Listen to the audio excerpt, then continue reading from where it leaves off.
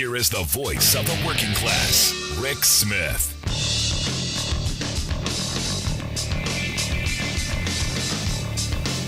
And welcome, brothers, sisters, working class heroes. This is the Rick Smith Show. Thanks so much for being here today on the big program. Lots to get to, lots to talk about. Tom Barrett, a longtime Trump associate, was involved in his inaugural stuff. Kind of a confidant kind of thing. Arrested. We talked about this the other day. Arrested for lobbying Trump for the UAE, the United Arab Emirates. Posted bond. Actually got out quarter of $1 billion. Kind of serious. You're looking at $250 million now. He secured it with $5 million cash. But the rest of it, $250 million if he doesn't show up, which again would still be chump change for Barrett if he chooses to go on the run, which, as I'm reading about this, probably his best option. Bailing probably his best option. Now they've got some restrictions on him. He can't transfer any funds overseas. He can't travel outside of Southern California and New York. He's going to have a curfew. Also, he's going to have to wear one of the GPS monitoring systems to make sure that he is being tracked. Now, this guy's a really wealthy guy. I'm expecting flight. We will see. But it's beginning. We'll see the former guy. How many people around him end up in jail, and how many of them get thrown under the bus? I'm sitting back waiting for all of these perp walks to begin, because Michael Cohen, the former fixer, came out recently and said he already thinks that Jared Kushner is flipped. So if that happens, the Wonder Boy flips, they're all going down, and it's going to make for an interesting marriage. But I guarantee he's going to do everything he can do to keep himself out of jail. The other big news today, the Cleveland Indians have changed their names. At the beginning of next season, they will be known as the Guardians. I'm not a big fan of the name, but it is what it is. I'm neither happy nor upset at the name change. Things happen, things change. I'm okay with it. I guess they'll be the G-Men from now on. Interesting enough that a guy running for Senate in Ohio, Josh Mandel, didn't actually understand that the Guardian name was actually tied to the city in a certain way. Because on the Lorraine Carnegie Bridge, or I think the official name is the Hope Memorial Bridge, which nobody ever calls it. That's the Lorraine Carnegie Bridge. It brings the east side and the west side together downtown. There are these pillars, these statues. They are the guardians of traffic.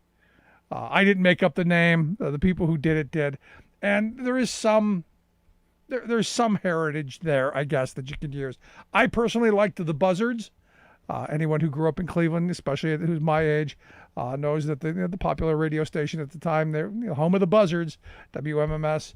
Because they have this big festival every year. I think that would have been a good name as far as I'm concerned. But it is what it is. It'll go forward in a couple of years. We'll forget it. But the former guy losing his ever-loving freaking mind, actually on Save America letterhead. He went off on this whole spiel about, as a former baseball fan, he's angry. You can't believe they changed the name. The spiel.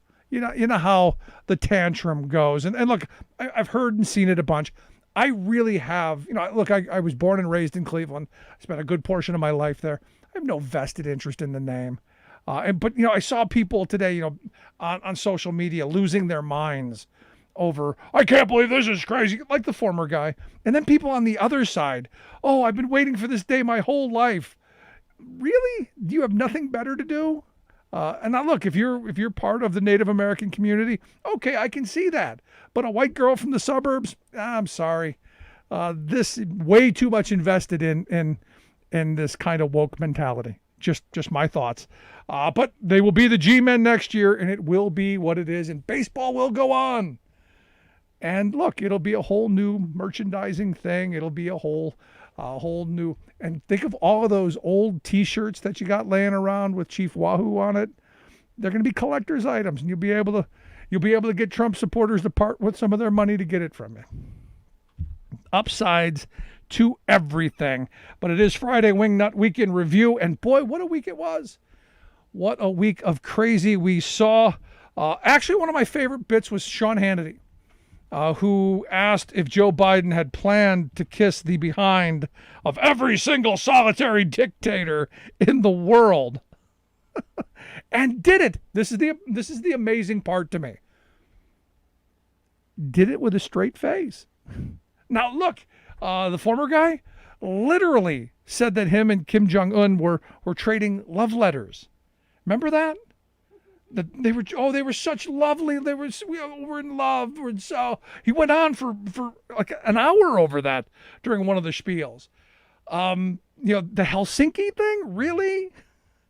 I don't know how you do it, but good on. This is where again I give conservatives credit. They've got historical amnesia. They can easily forget what happened yesterday and have a new reality. Alternative facts, alternative history, alternative realities, they're all in. They are the party of Winston Smith. They are the party of that didn't happen the way you remember it yesterday, even though it did. I give them credit for that. I mean, but my thought is, if you have that ability to forget what happened yesterday, why are you always so mad? Why are they so ticked off? It's crazy. Also, Florida, one of my favorite places now, going to be a blue state soon. They keep killing off Republicans at the rate that they're going. Maybe going to be a blue state soon. You've got their governor flip-flopping back and forth. Again, love that.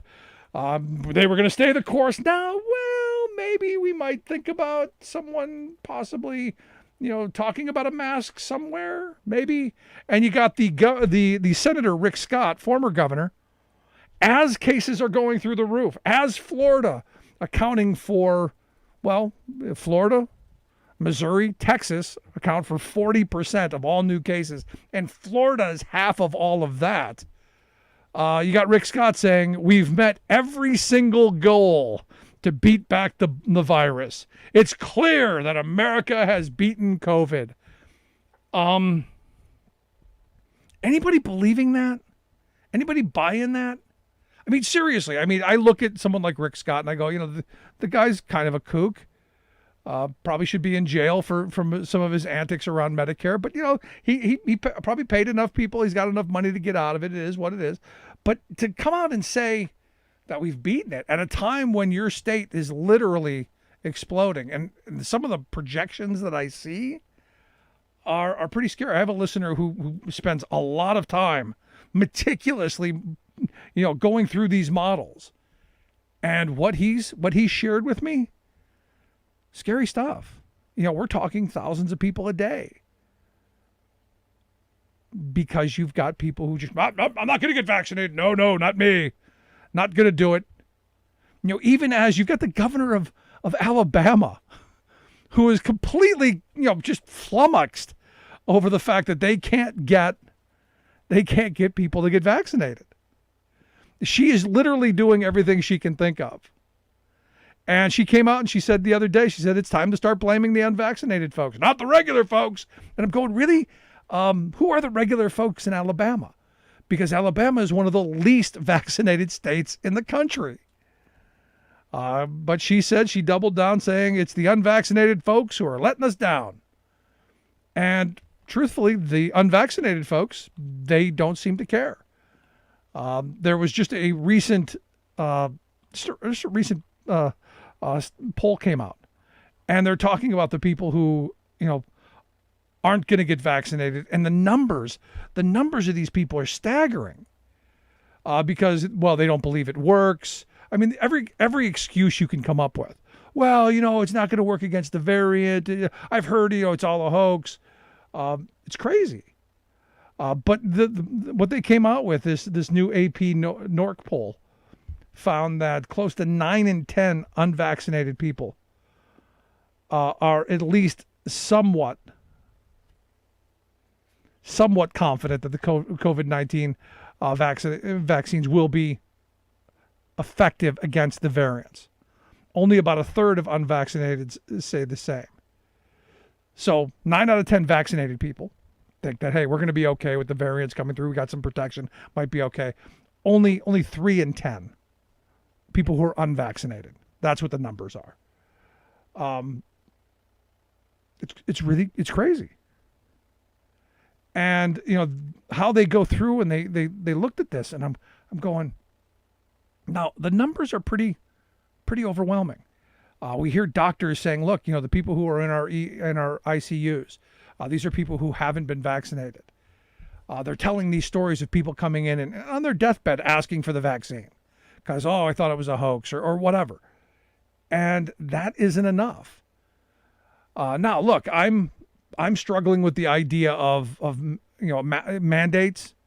I think this can't, and this is where I agree with Frank Luntz in his focus group tests that maybe the way to do this is you just have individual businesses and concert venues and everywhere say, look, if you're not vaccinated, you're not getting in. Make it that there's public pressure involved. The problem with that is we tried that and we ended up seeing people get shot and killed over it. So again, we're in this weird spot where the dim, they're dragging everyone else down. And this is where the governor of Alabama is right. The unvaccinated people are dragging us down. But there's no way I see that we can mandate that people are going to go get the vaccines other than it has to get bad again. And I got to wonder if that's even enough. If it's even enough to get them to go, well, it's getting bad. Maybe we should. So that was fun. Also, on the money side of COVID, you've got Republican officials in Michigan who have taken tens of thousands of dollars in the relief money, the rescue money from the federal government, and they gave themselves bonuses. Now these are people who should be perp walked right into court, tried, convicted, and jailed for this, and I hope they do, because we've already seen cases of people abusing the system, getting nabbed up and locked up. So I'm hoping for them. I'm hoping to see them get thrown away. And maybe they can start a PAC, a defense PAC, or maybe stupid people will send them a bunch of money. Because this week we find out from FEC filings that the Trump leadership PAC has raised $75 million the first half of 2021 with the goal of stopping the steal. And so far they've spent exactly zero. Again, I said from the beginning this was a ripoff. This was going to be graft. This was going to be them putting money in their pockets, and it's exactly what the former guy did. And I'll be interested to see what the Department of Justice does. This seems kind of fraudulent. Going to be interesting to see how it goes. Also, another fun day with the right wing, angry white guys. A self-described Trump guy. He was sentenced to 20 days in jail after he was. This is one of those things where you go, I don't know what it is about conservative white guys, because we saw on Insurrection Day someone taking a dump in the hallway and on someone's desk. Well, evidently this guy has been taking a dump on his neighbor's lawn a couple of times, and this is what's getting him 20 days in jail. I'm going, what is it that makes conservatives think that sounds like a good idea? I guess it's the same thing that makes them think, yeah, Trump was a good idea. That's all I can come up with. But yeah, hey, fun with conservatism. And also some fun coming up in the very near future. Remember the Obama years? Remember every time that the debt ceiling was coming around, that we'd have to raise the debt ceiling because we spent some money? And Republicans held the nation hostage. Every time we had this ticking bomb, it was down to the last minute, any minute now.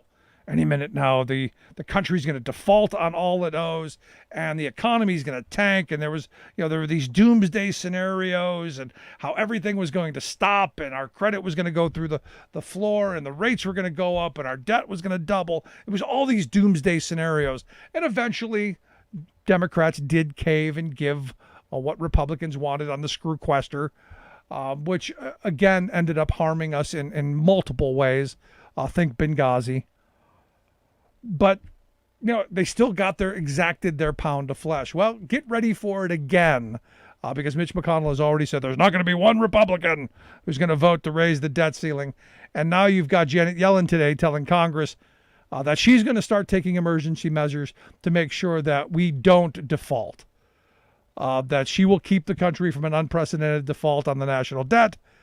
She said, like we heard all during the Obama years, a default would cause irreparable harm to our economy, the livelihoods of Americans, and, well, it would screw over the globe. We could start some really, really negative stuff. But chaos and things burning to the ground, that seems to be the GOP way. It's the show, right? Because this week we got treated to front row seats to the WWGOP as they did their very predictable stunt around the select committee that's going to begin next Tuesday. You knew that Kevin McCarthy was going to put Jim Jordan on that committee. You knew it. Now, I personally think Nancy Pelosi made the wrong decision, and I've been taking a beating for that all along. I think I'm a believer in more speech than less. I would rather have him there and being hammered than to allow them to go off and have their own kangaroo court, which is what they've already said they're going to do. So next week should be lots of fun. If you think Wingnut Week in Review was fun this week, wait till next week when the WWGOP comes out in full costume, they've got their dress rehearsal already done. And also really ticked off over the fact that the Cleveland Indians have changed their names to the Guardian. So this weekend, lots fueling the energy, lots fueling the fire. So we should see McCarthy and the Klan come out in full fervor. And I'm actually kind of looking forward to it. I always enjoy a good show, a little bread and circus, a little entertainment. And I hope the Democrats take those moments and highlight the fact that those Republicans were part of the worst day in this country's history. And the stories that they tell and the stories we see, hopefully they grab us and they shake us awake. I'm going to take a quick break. Right back. When we come back, we're going to talk a little bit about voting. Pennsylvania's done something fun. Can't wait to talk about that. Quick break. Right back. More American than workers standing up, and the union gives a voice to win. On the Rick Smith Show. I'm Rick Smith, and this is Labor History in 2. On this day in labor history, the year was 1913. That was the day 9,000 copper miners in the Keweenaw region of Upper Peninsula, Michigan, went out on strike. Organized by the Western Federation of Miners, the strike raged on for over 8 months, witnessing devastating tragedy in a Christmas Day fire and ending in bitter defeat. The strike was waged over basic issues like the 8-hour day, higher wages, mine safety, and union recognition. But strikers were also fed up with the company's paternalism and intrusion into their personal lives. They also worried for their jobs with the introduction of labor-saving machinery. The Western Federation of Miners succeeded early on in shutting down the mines, but the copper barons wouldn't budge. By August, many mines reopened with scab labor. Later that month, deputies shot 2 strikers dead and wounded 2 others as they returned home from attempting to collect strike benefits. The incident became known as the Seaborville Massacre. Striking miners were absolutely devastated when on Christmas Day, 73, mostly children, were trampled to death during a Christmas party and benefit at the Italian Hall in Calumet. Witnesses remembered seeing a man with a Citizens Alliance button just moments before someone yelled fire that caused the stampede. Soon after the Italian Hall disaster, Western Federation of Miner President Charles Moyer was shot by a Citizens Alliance mob, then loaded, bleeding, onto a train bound for Chicago. By April, the union was broke, the strike was broken, and the miners resolved to return to work. bosses would only rehire strikers once they had turned in their union cards. The copper mines in the region would finally be organized some 30 years later in a campaign led by Mine Mill during the years 1939 to 1943. Labor History in 2 brought to you by the Illinois Labor History Society and The Rick Smith Show. For more information, go to laborhistoryin2.com. Welcome back to the Rick Smith Show. Now, here is Rick Smith.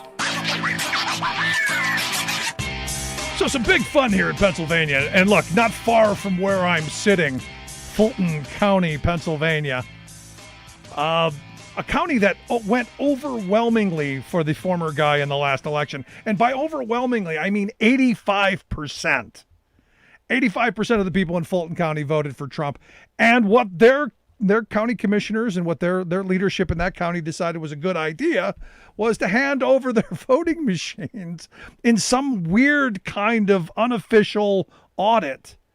And now the Secretary of State, Veronica DeGraffenreid, I can't say her name right, DeGraffenreid, she's decertified those machines.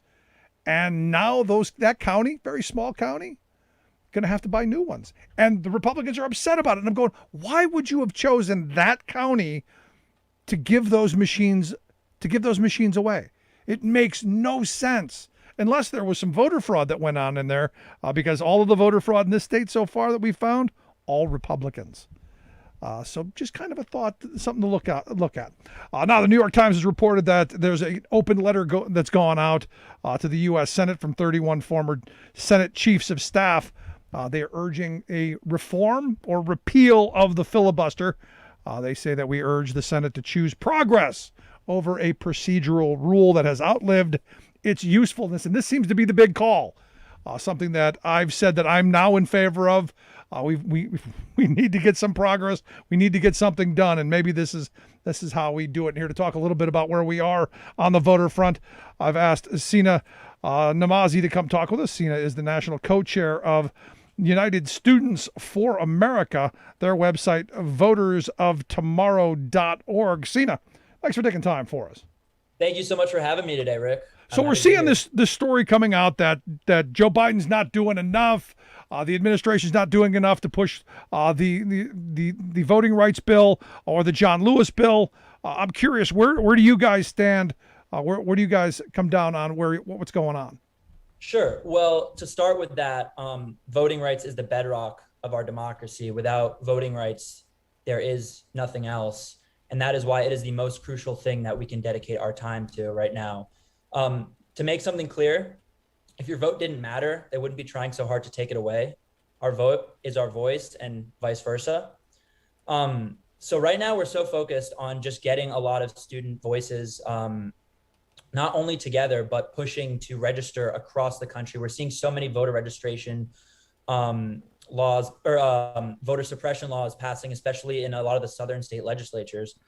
And our generation is really just focused on putting hope over fear, unity over division, country over party, and doing anything that we can to just get a lot of young people out there and to vote like crazy, because the future of our democracy depends on it. No, we absolutely need your generation to clean up the mess that my generation helped the generation before me create. We've got a lot to do in a very short period of time. But again, we seem to have this view, especially by those on the right, that voting is a privilege. It's not a right. In fact, there was just a Pew Research poll that came out, I guess it was yesterday, that shows that amazingly, 2/3 of Republicans think that voting is a privilege that you can limit and not a fundamental right. And to me, that's frightening. Yeah, I think the problem with a lot of people in office today is they care more about staying in power than they actually do about serving the will of the people, which is why they're trying to silence a lot of voters out there. And I'm telling you, our generation will do whatever it takes to fight that fight. Freedom and democracy aren't free. And obviously it's being taken for granted in our past, but we haven't seen this much unity and division, I don't think, since the Civil War. And I mean, if this is the cause that's going to define our generation, then so be it. But we're not going to stop fighting until we show that democracy is the bedrock, and we're not going to lose that fight. What do you say to the person, Sina, who goes, you know what, let's take the voter ID thing. Which I've been arguing for a long time, is inevitable. I think we've lost the messaging on it. But what do you say though? What's the big deal about having a photo ID? Wait, could you phrase your question a little better? Sorry, There are a number of folks out there who think, something as simple as having a photo ID to vote. What's the big deal about everyone having a photo ID?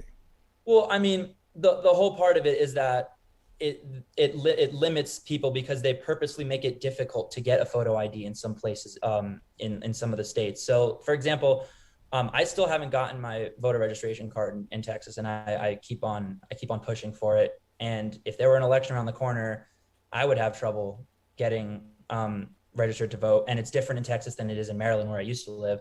The whole point of the voter ID law is that it makes it more difficult for Black and brown communities to get it because there are just more limits in those areas. And especially in poorer areas as well, it's so much harder to get an ID. And it also requires taking off of work and getting on the bus to get your ID, which isn't as convenient as maybe a more wealthy person who can, take the day off or drive. So there are a lot of little things under the radar that are working towards limiting voting that the voter ID kind of symbolizes. Yeah, because we've seen states across the country, and this is not new. Pennsylvania tried it back in 2011, and it got thrown out in 2012, fortunately.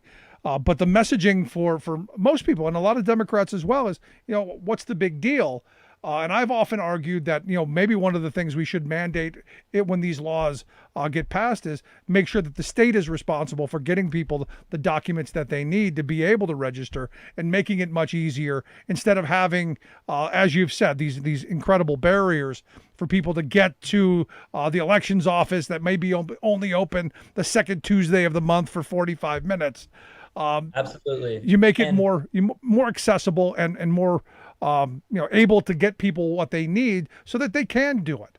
That hasn't happened. To add on your point, there's no coincidence. I mean, Joe Biden won the election, Georgia and Arizona flipped blue, and now all of a sudden there are these very suppressive voter laws. It's as if they're trying to limit Democrats and some other candidates from winning. It's pretty obvious, and it's a problem, obviously, because as I said at the beginning of our time, that democracy is the bedrock of our nation, of the United States of America. If there's no democracy, there's nothing else.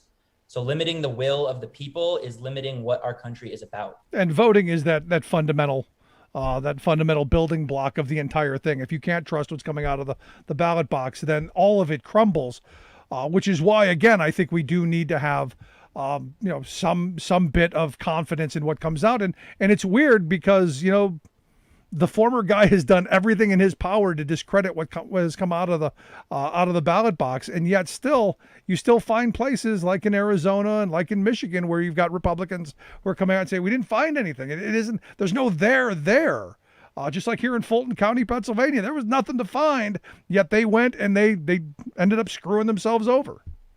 Yeah, and I mean, Republicans also won, as well. It's not like Democrats won every single seat in the country. Republicans won, so I don't really see how you could say half of a ballot was rigged when other members of your party have won. So it is just, I think a lot of rhetoric, obviously. I mean, I hope it doesn't work.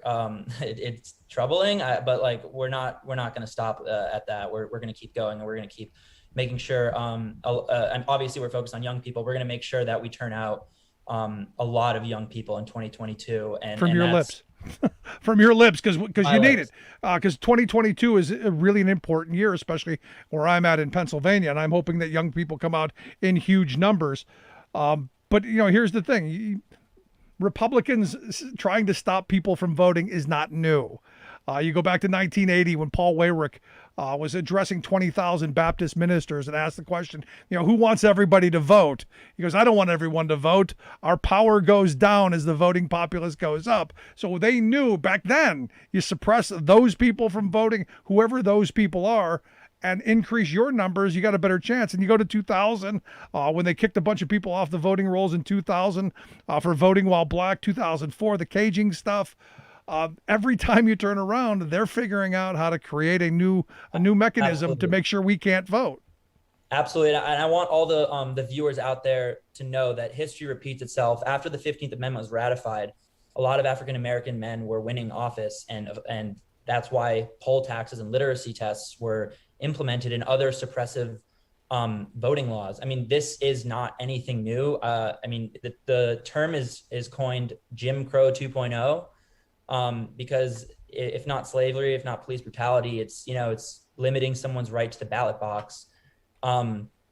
And like, our democracy is in trouble. Like, I want everyone to know that democracy is fragile. And if we don't take care of it and protect it, it is very easy to lose it. Because at this stage right now, the people in elected office are supposed to be working for the people. But right now it's the other way around. And that's not how it's supposed to work. No, I'm with you. Now, tell me about United Students for America. Tell me about the organization you guys. This is a relatively new group, right?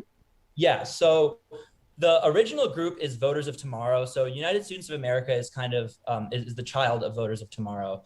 Voters of Tomorrow was an organization started in 2019 by Santiago Mayer. He's the director of it. He's been running it, an amazing job. He's a 19-year-old immigrant from Mexico. And after the 2018 midterms, he realized that there was a lot of disconnect between younger people and elections in general.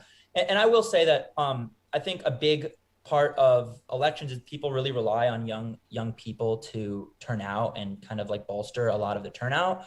But I also do realize that there are a lot of disconnects in the resources and the attention provided on the younger generation. So he thought that it would be a great project to kind of build that, or bridge that gap, bridge that divide. So USFA, United Students for America, is an organization that I, along with 3 other students under his overwatch from Voters of Tomorrow, started right in, I believe it was March or April of 2021. So right after the election, all of the founders worked for the Biden campaign. We worked on the virtual campaign and led different chapters. So I, for example, led DMV, Students for Biden, DC, Maryland, Virginia, and was also on the Biden Student Leadership Council. And we all found how effective the grassroots organizing was among students across the country that we hadn't even met, but we were all working virtually. And we said, this really worked for 2020. And we actually brought that same network and we implemented the organizing in Georgia for the runoff. And we saw it work very well. We had students from all across the country, not only phone banking and helping people register to vote, but getting them information and getting them to the polls, and turnout was great and everything. And we said, you know what, we got to do this for 2022. And we have basically a national organization, which is what I sit on with 3 other students.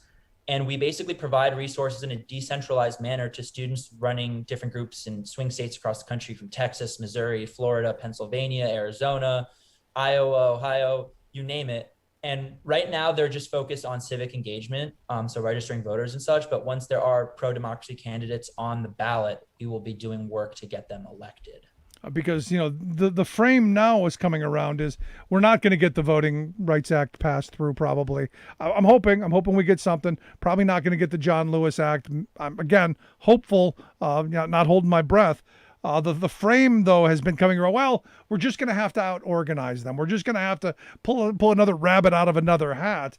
And look, it's part of what you guys are doing, but you can only go to that well so often. And in a non-presidential year, it is much harder to do.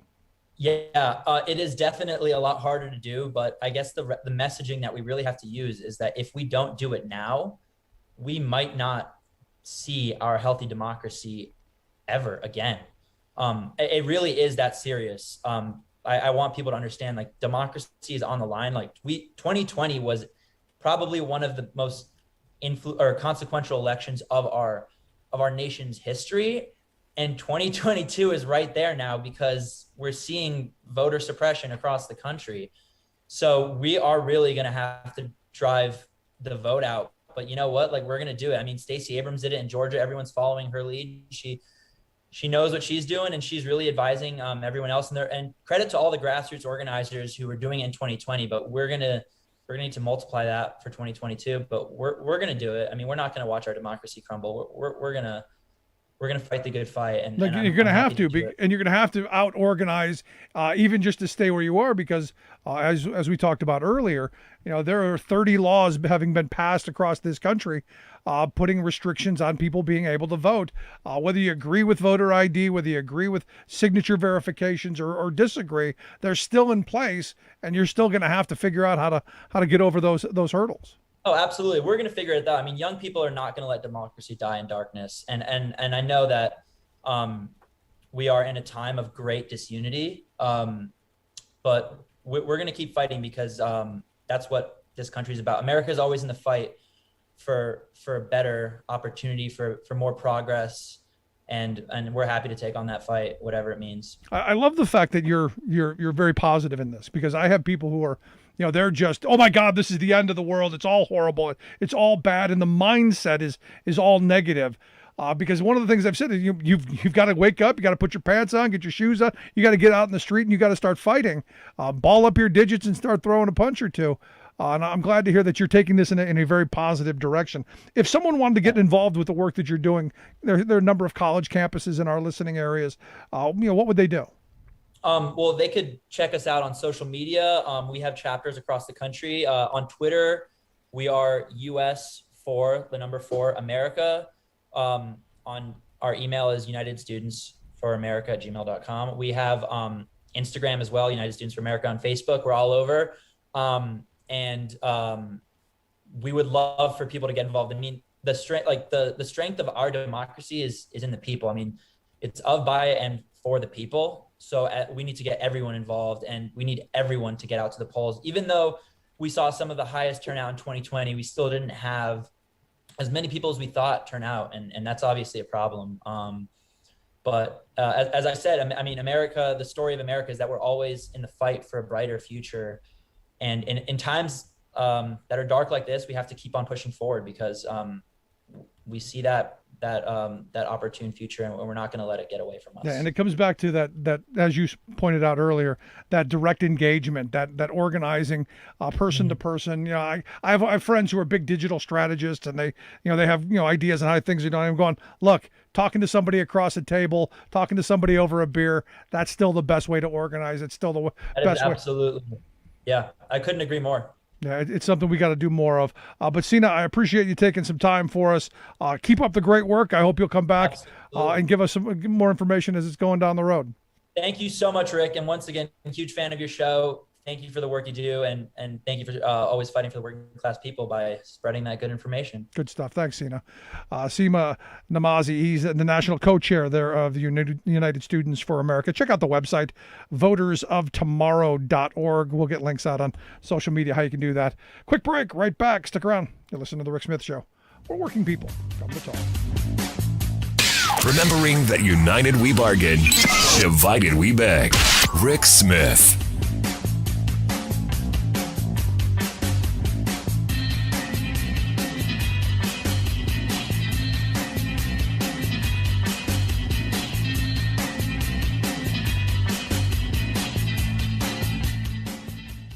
I'm Rick Smith, and this is Labor History in 2. On this day in labor history, the year was 1877. That was the day that a mob began an attack on Chinese workers in San Francisco that killed 4 people. During the mid-1870s, a depression swept across the nation. White workers from the East Coast headed west, many to San Francisco, hoping to find a job. Skilled Chinese workers who had completed their labor on the Transcontinental Railroad also came to the city. There, the Chinese laborers found work in trades like cigar making and also open laundries. Resentment against the Chinese workers grew in the city's white working class. In the summer of 1877, workers on the East Coast railroads walked off their jobs after their wages were cut repeatedly. A wave of labor militancy washed over the nation. Historians often refer to that summer as the Great Upheaval, a time where capital and labor literally battled in the streets. In San Francisco, the Workingmen's Association, a socialist workers organization, called for a rally in front of City Hall. The meeting began with speeches against the titans of capital. But soon, a group of angry workers began to demand speakers, quote, talk about the Chinese. A mob stormed off to terrorize Chinese residents. They burned 20 Chinese laundries. After the violence ended the next day, the anti-Chinese rhetoric continued. An Irish-born freight handler by the name of Dennis Kearney became the vocal leader of the call that the Chinese must go. Adherence to the anti-Chinese cause came to be known as Kearneyism. The backlash against Chinese workers spread beyond California. In 1882, Congress passed the Chinese Exclusion Act. Solidarity of workers had fallen to racism. For more information, go to laborhistoryin2.com, like us on Facebook, follow us on Twitter at laborhistoryin2.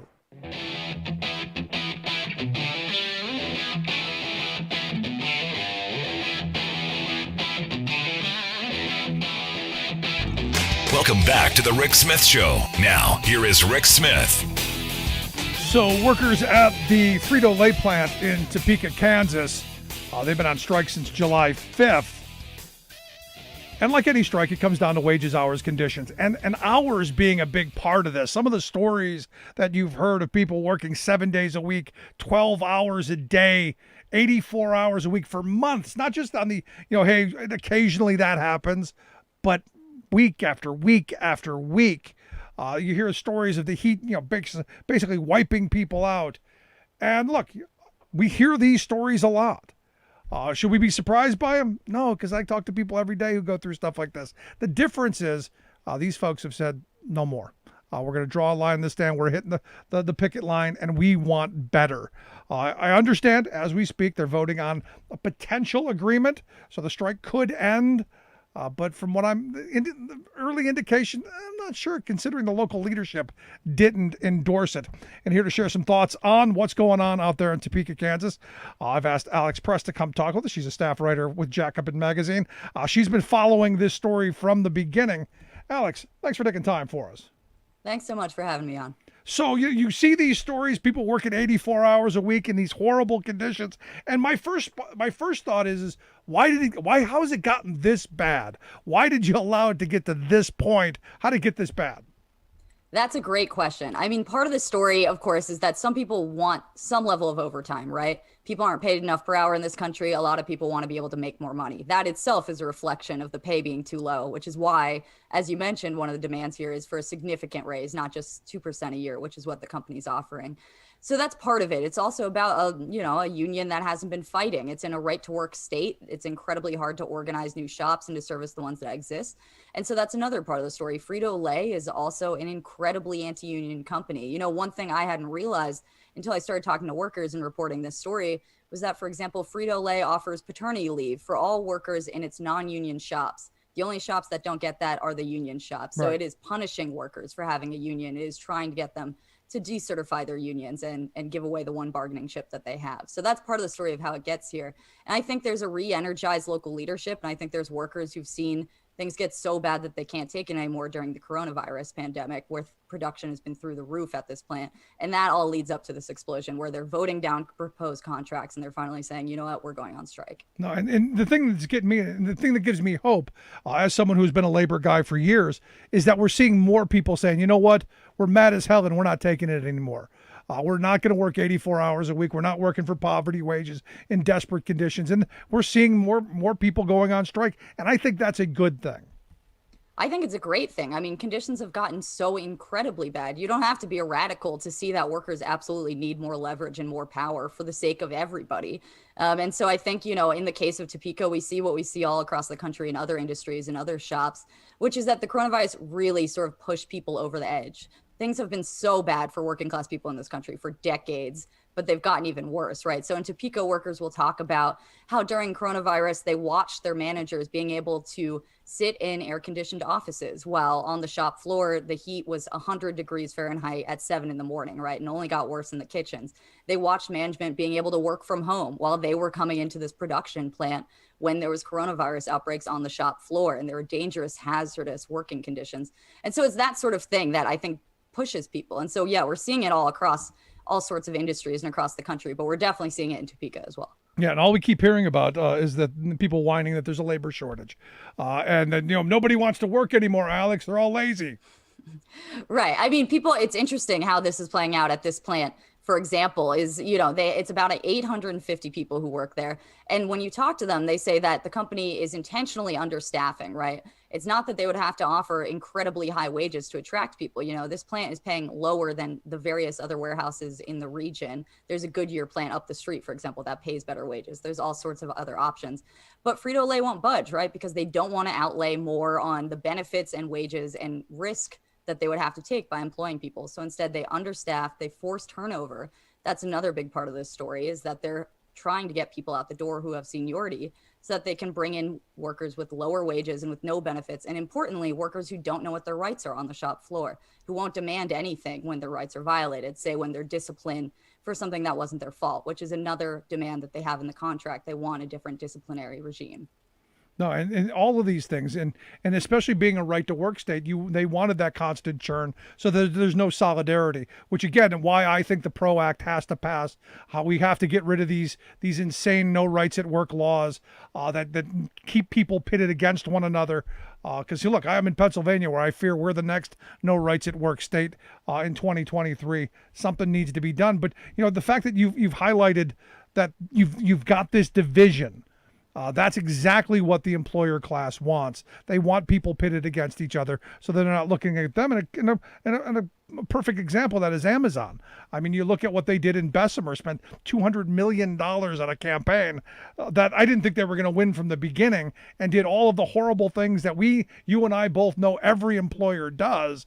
But I think finally people are lifting their heads and being aware of what's going on.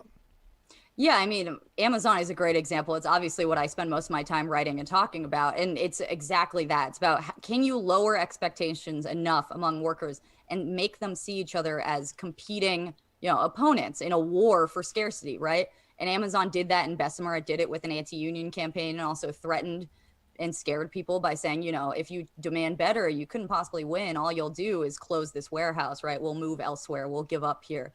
And so you make it so that workers don't feel they have any other options but to turn against one another. I mean, this was really illustrated in Bessemer in this anecdote about how there was a jail nearby. And so often there were people who had records who were having trouble getting jobs. And Amazon, during the union vote, would bring those workers on. They weren't eligible to be in the bargaining unit, to be in the union. And they would outfit them with swag. They would walk around on the shop floor in the warehouse with vote no pins. And they would be a human embodiment of the war that employers are waging, where they pit workers who have even less rights than those who might be in unions against one another, right? And the only result is discord and weakness for everyone. Yeah, as one person we had on talk about it said, that basically the old school sandwich boards.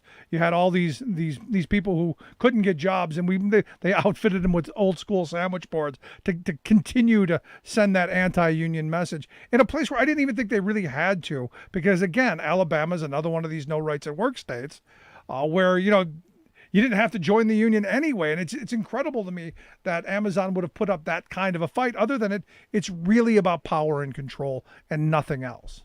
It always is. I mean, this is the one thing that I feel like when people start reading about a union fight or the labor movement, they really don't understand. Why would a company spend so much money on something that often wouldn't cost them that much? A union, maybe that might get a little bit of a higher raise, but it's so about control, right? Amazon's entire business model relies on absolute domination, a dictatorship in the workplace, that you can hire and fire at will, that no one has the right to speak back or say no or demand anything better. And, that's the flexibility that everyone loves about Amazon, is that actually workers are pushed and pulled to the breaking point. And again, that is exactly what's going on in Topeka. I mean, workers here, as you said, when you introduced this story, are literally dying. People have had heart attacks on the shop floor, and they allege that Frito-Lay told them to basically move the body and keep working. People speak about suicide regularly in a way that takes no prodding at all. And people also talk about divorces in general, sort of discord at home. Because again, imagine if your spouse is working 84 hours a week, he's not taking care of the kids. There's going to be problems if that's what's happening. And so again, this is really a life and death matter. No, it is. And this is not just in Kansas. This is in states all across the country. Because I remember, when I first entered the workforce some 30 years ago, those were prime jobs. Those were good union jobs. Those were family sustaining wage jobs. And you hear how far they've fallen because the pendulum of power has moved to the employer. You're talking about back to desperation wages. Right. I mean, that is what is happening here. It's an obviously extreme example what's happening with the hours at Topeka, but across the board, it's true that workers have increasingly lost the little bit of leverage that they had on the shop floor and at the legal level. This is part of what the argument for the PRO Act is that also has to change at the legal level of labor law. But the result is just there's no one having any leverage at all, and employers are doing as they please. I mean, one worker I spoke to in Topeka, I asked him, did he think that the company treats the machinery better than it treats the workers? And he said yes. And I think that applies. That is a feeling certainly that Amazon workers voice all the time, that they're treated like robots, that in fact they are treated worse than Amazon's robots.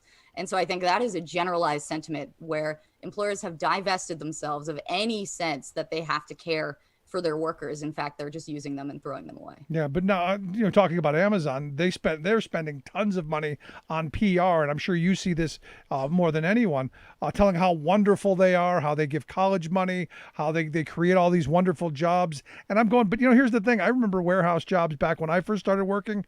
In today's dollars, we're paying almost double what you're paying with better benefits and much better working conditions. Sorry, I'm not buying. Yeah, I mean, this is the trick that unfortunately a lot of journalists fall for in mainstream media. Even now, after they've seen, years of Amazon workers complaining about this, they compare Amazon to, say, a fast food restaurant. And they say, well, if the starting wage is $15 an hour, that's pretty good. That's better than $7.25, the federal minimum. But in fact, this is not that industry. This is the warehousing industry. And there, Amazon is paying even now below the average for union or non-union wages. They're paying below the industry standard. In fact, studies show that when Amazon opens up a facility in a county, it brings down the wages at the other facilities too, right? It's so big that it actually sets the terms of labor relations, both in their industry and across the country in other industries as well. Yeah, it's again, and we've given them that power. And if you watch, and I'm sure you paid attention to the fight for H2Q and all of the information that cities and local municipalities just handed over to Amazon in the hopes of landing one of these headquarters, which you knew they were never getting, but they did all this free work for Amazon that evidently we're still, as taxpayers, not allowed to see. Yeah, I mean, this was a big part of that. That was obviously a circus, right? I mean, I've described it as, Amazon said jump, and every elected official in the country said, okay, how high? Save for maybe 2 or 3 people. But they got, in that process, not only did they get to demonstrate their power, they got data, which they rely on. That is a key thing that Amazon needs. It's not just labor power, it's also data. And they got that information from so many counties and regions across the country, which even if they were never going to pick those areas, they now have intimate knowledge of what they should and shouldn't do in those areas going forward. As well as they got to humiliate everyone and show just how weak working class people have gotten at this point. Boy, you are so right on that. Now, in the last Teamsters convention, their 30th convention just wrapped up a couple weeks ago, the Teamsters have come out and said that they're going to put a big push into organizing Amazon, especially their drivers, because ultimately UPS's future is on the line here. If Amazon creates a major competitor, UPS is pretty much done. Do you think it's something possible? I mean, the Teamsters Union's a good-sized union, about 1.4 million members across the country. Given our labor law situation, given the situation that we are in this country, you think that can happen? I think it has to happen. I mean, when it will happen is a different question. But I mean, for me, the Teamsters jumping into this fight in a sustained way with such a sort of grand vote and this setting up of an Amazon division and putting real resources is absolutely a good thing. The devil's in the details, of course, with any union, including the Teamsters, as far as how that's implemented.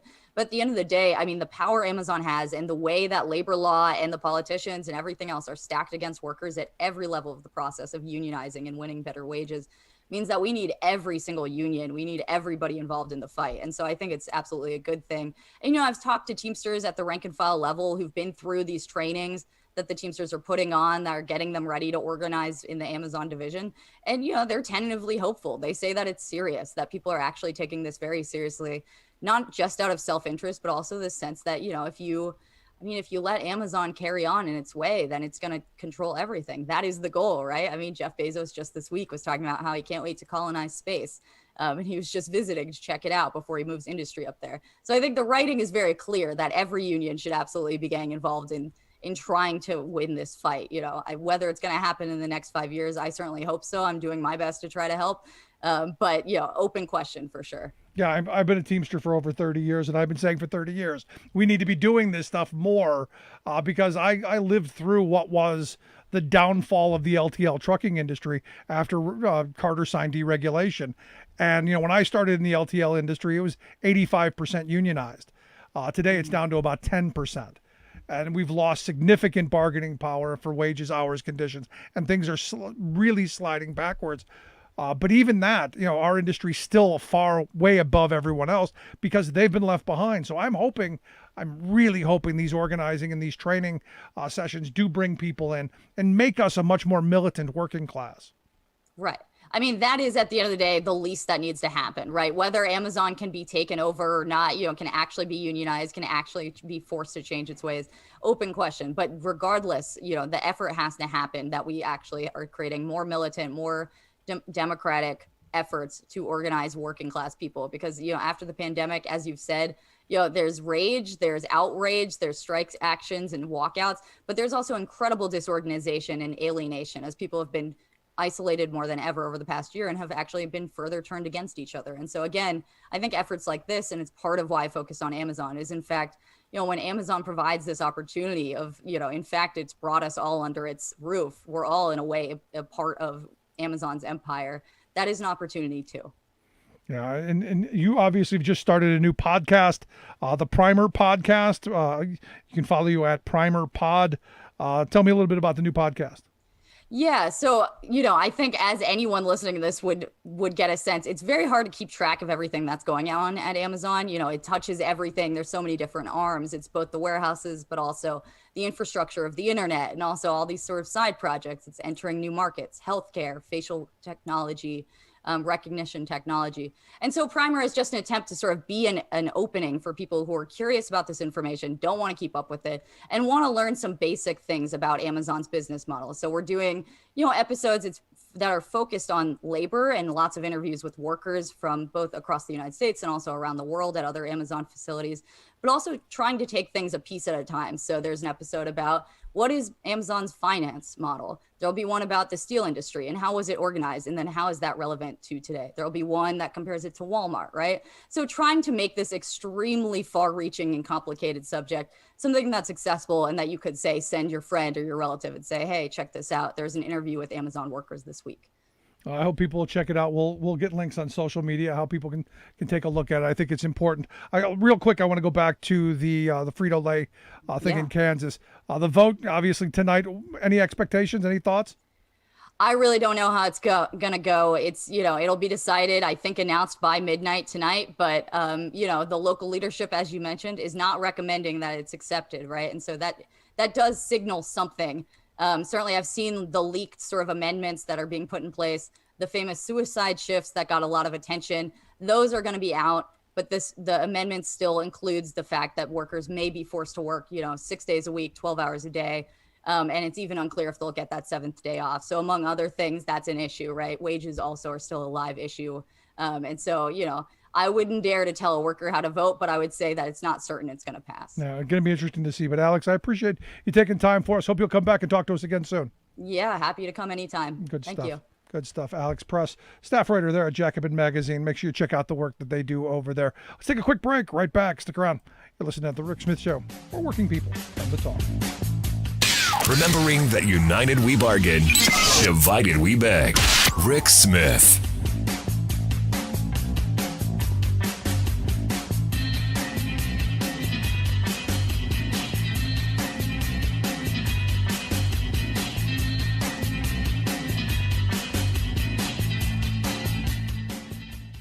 I'm Rick Smith, and this is Labor History in 2. On this day in labor history, the year was 1892. That was the day that Lithuanian-born anarchist Alexander Berkman attempted to shoot steel magnate Andrew Carnegie's second-in-command, Henry Clay Frick. Berkman wanted to avenge the Homestead Steel Massacre, in which 9 workers were killed. Berkman's lover, Emma Goldman, wrote in her autobiography, "Frick is the responsible factor in this crime." She went on to write that Berkman had told her, "I will kill Frick, and of course, I shall be condemned to death."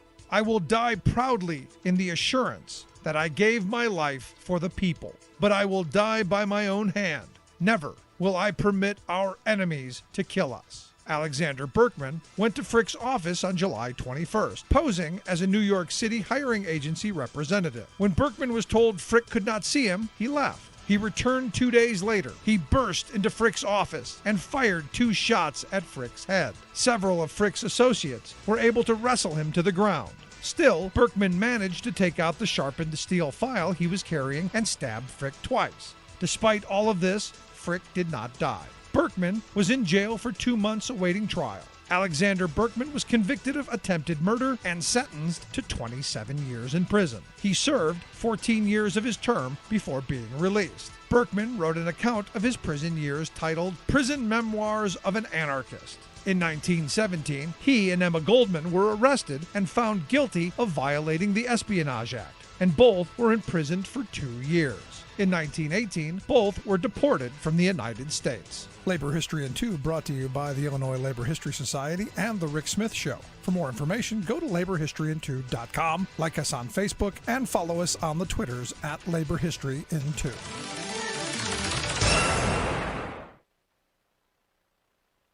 It's time for the Rick Smith Show. Now, here is the voice of the working class, Rick Smith.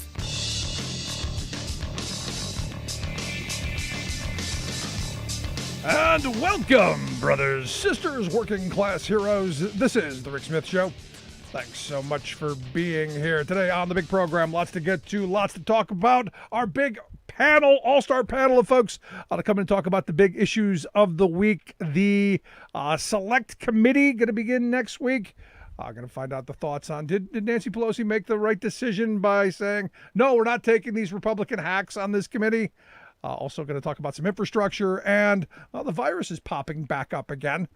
3 states, and we'll figure out, I think we already know which ones those are, but we'll figure out what's going on there. But our all-star panel for today, as we discuss the big issues, I've asked Scott Dworkin of the Democratic Coalition, Sarah Burris of RawStory, and of course, Rich Ojeda of No Dem Left Behind. Guys, thanks for taking time for us. Airborne. Hey. So let's start with the big news of the week. Nancy Pelosi said, no, we're not going to take Jim Jordan. We're not going to take Jim Banks. We're not going to have these folks on this committee because, well, quite potentially, they're probably going to be witnesses. I've taken the position. I think it's a mistake. Anybody agree with me? No. Okay, let's start with you, Rich. Why you think it was a good idea to throw those folks off? Well, first and foremost, let's look at Jim Jordan.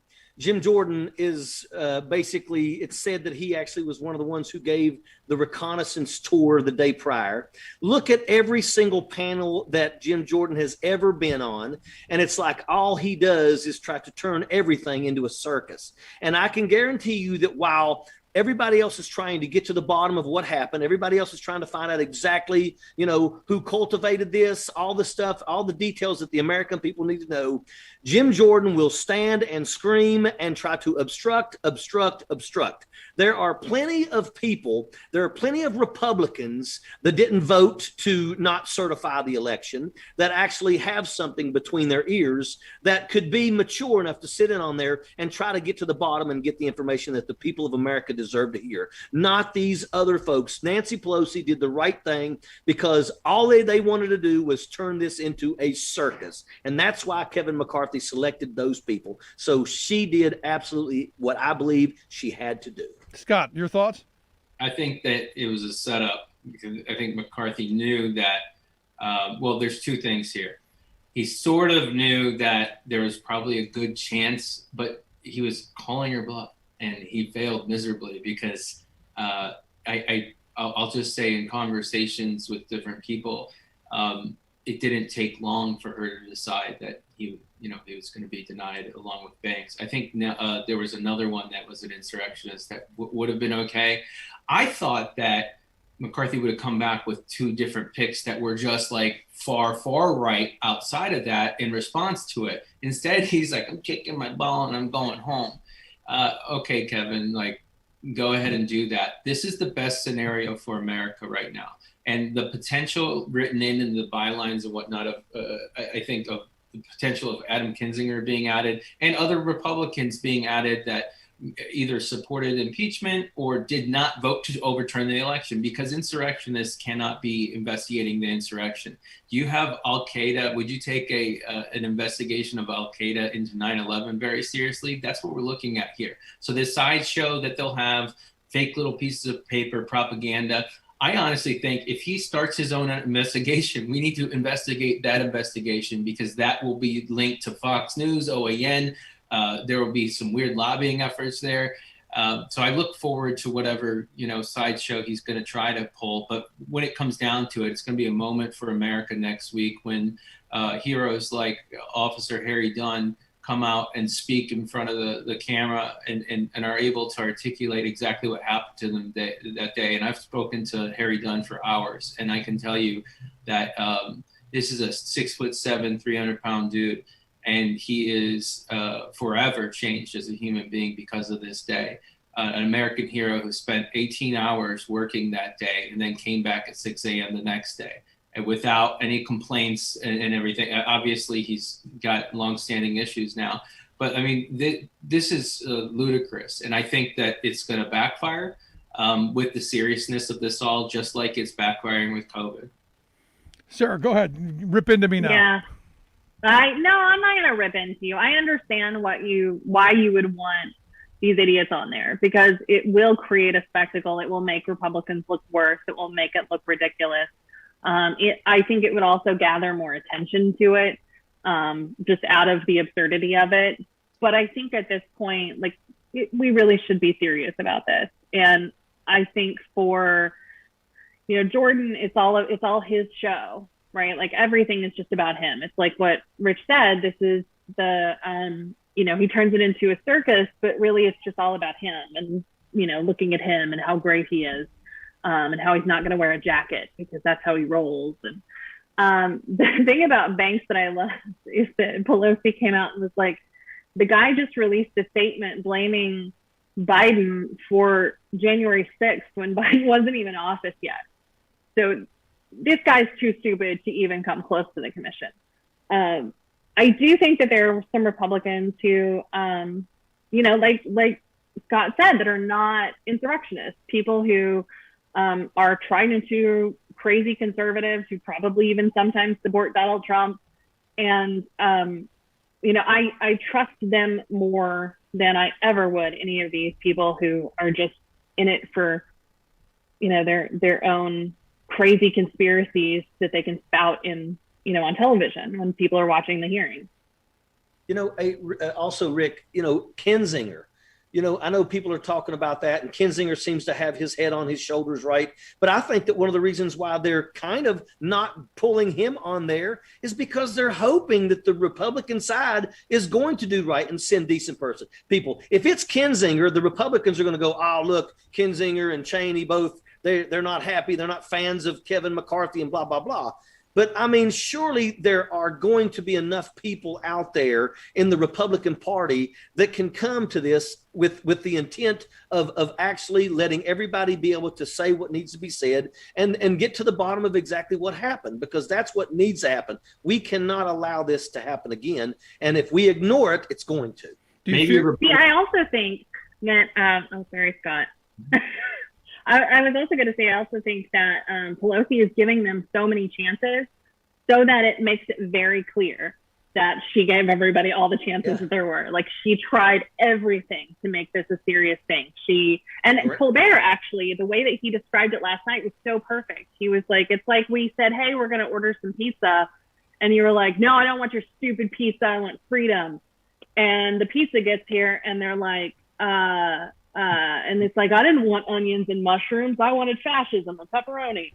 And so it's like, we ordered the stupid pizza when you said you didn't want it. And now the pizza's here and you're complaining about it. Right. Yep. That's a very simple way that I explained it to my parents last night. And they were like, oh, that makes sense. So there you go. No, because they had the opportunity to vote for the commission. They could have avoided all this. You could have had a nonpartisan commission. I'm with you. They could have done this, but in my view, this was highly predictable. In fact, I predicted it the week before that McCarthy was going to do just this, and that the want was going to be to throw them off, and then you end up creating two separate things. And I'll be honest, I think the Republican megaphone is much bigger. And I'm already hearing the messaging from my, somewhat Republican Trump supporters going, see, you can't trust those Democrats. They're going to do what they want. They're going to abuse their power. And I'm afraid that is the frame. Now, what I would have loved to have seen, Liz Cheney go after Jim Jordan and explain to people what she said to him on the day of the insurrection. I think you've made these people martyrs. I think you're going to give them too much power by kicking them off. I would have rather you had them there and mock them every time they said something stupid. You don't think that Nancy Pelosi thought about that? I'm kind of in the thoughts of you know what, McCarthy's playing checkers and she's a grandmaster chess champion. Yeah. I really believe that. I believe that she knew exactly what Kevin McCarthy was going to do. And look, if a dumb truck driver knows what he's going to do, I hope the Speaker of the House knows what she's going to do. Because I said there's no way Jim Jordan isn't on this. Yeah. Yeah, you're right. And that's what I'm saying. I believe that she knew they were going to do this, and I think that they're playing into her hand. We actually... The thing is, though... Go ahead. We expected much worse. We even expected a Marjorie Taylor Greene kind of level, even Marjorie herself. And so, like, that, the fact that they didn't do that, it seems sort of methodical, where he's like, well, these will probably be acceptable to her. Like, I think he was trying, sort of, but then he threw in Jim Jordan as a last minute kind of grenade to the whole idea. And he was just like, oh, you know what? It's okay. Like, these are my legit, choices. He's been in Congress forever, blah, blah, blah, blah. No, he's been in enough committees, as Rich said, like, where he's just destroyed things. I think this is going to be a moment in history where we're able to not be distracted. And I think that the seriousness will set in, and the sideshow, nobody will pay attention to that. Like, only like 20% of the country, but 80% of the country will focus on the facts, and they won't be able to call the witnesses, not the same level. They won't be able to have subpoena power. They won't be able to do the same things. It won't have the same power at all. I mean, we're talking about hearing after hearing after hearing after hearing for months and months and months. This is not something where they can take lightly. They're not going to be able to have the prosecutorial power. They're not going to have the staff power. If they are using staff power for that, they could be investigated for crossing lines, because it's considered a campaign event and not an actual congressional investigatory committee. So there's a lot of negatives here, but most of all, like, we've had that before, Rick. We've had the let's let them talk on their side. Let's let them have their clown show. Let's call them out on that. And I think it's good to try something different. But to be clear, Speaker Pelosi didn't deny anything in reality. It was Mr. McCarthy who denied it for himself, because he chose people that she had to deny. And I think it's McCarthy's own fault. If he chose three other people who did not vote to overturn the election, there would have been no way for her to deny them. Yeah, see, I'm going to struggle with that one. I'm going to struggle with that argument, because you knew Jim Jordan was going to be there. He's their attack dog. There was no way he was not going to be. I think it'd be from their side, it would be political malpractice to not put him on there. So I'm going to disagree with you on that. I think Donald Trump actually demanded that Jordan be on the panel, because McCarthy went to meet with Trump at Bedminster and had a whole conversation about this, and it was in the actual press that this is what they were talking about. So how much of these people were part of that conversation? I guarantee you that Jordan was one of them. So now, how does this go forward then? If you don't have the Republicans being involved, what do you then get, Scott? They will be involved. I think that they're going to have to go back and find some Republicans that are going to participate in this. Liz Cheney's going to participate, even if it's just her. And if they had to, I guarantee you they could get Adam Kinzinger to be on it as well. Mm-hmm. But it's going to go forward. It's going to take place. What if Republicans came forward at once, the rest of them, like a group of folks who are like, I want to contribute to this committee. I want to be on this committee. but they did it together, and it's not just one by one. That'd be strength in numbers. What I think is going to happen, I think this is going to be the committee, and it's going to roll into next week, and people will realize how serious this is when they have police officers testifying, and this whole kind of like clown show circus that they want to have, they won't actually be able to do because their ringmaster, ringleader, head joker, or whatever, Donald Trump is not the person who's the leader of the party really anymore, and nobody listens to a word he has to say. Nobody legit. So I think it's a big difference. It's a big mistake on McCarthy's fault. He should have just replaced the picks. And only replacing 2 picks, that would have been no problem. So I just don't see, it was a bad decision, just like it was a bad decision to not pass the commission, just like it was a bad decision to keep on calling our bluff and keep on pushing this back and trying to stall. And now we've had enough, and people are vaccinated and they're not. So they're scrambling in every way possible, in every imaginable way. So if Jordan did anything, he did, I think, tip the hand of where they were going. And you know where the messaging is going. This is Nancy Pelosi's fault. This is the Sergeant of Arms' fault. This is going to be the Capitol Police fault. And who's in charge of the Capitol Police? The Democrats. We know that's going to be the argument that they're going to put forth. Let's start with you, Rich. Does that hold any water, you think? I mean, they're going to do what they're going to do. We know what they're going to do.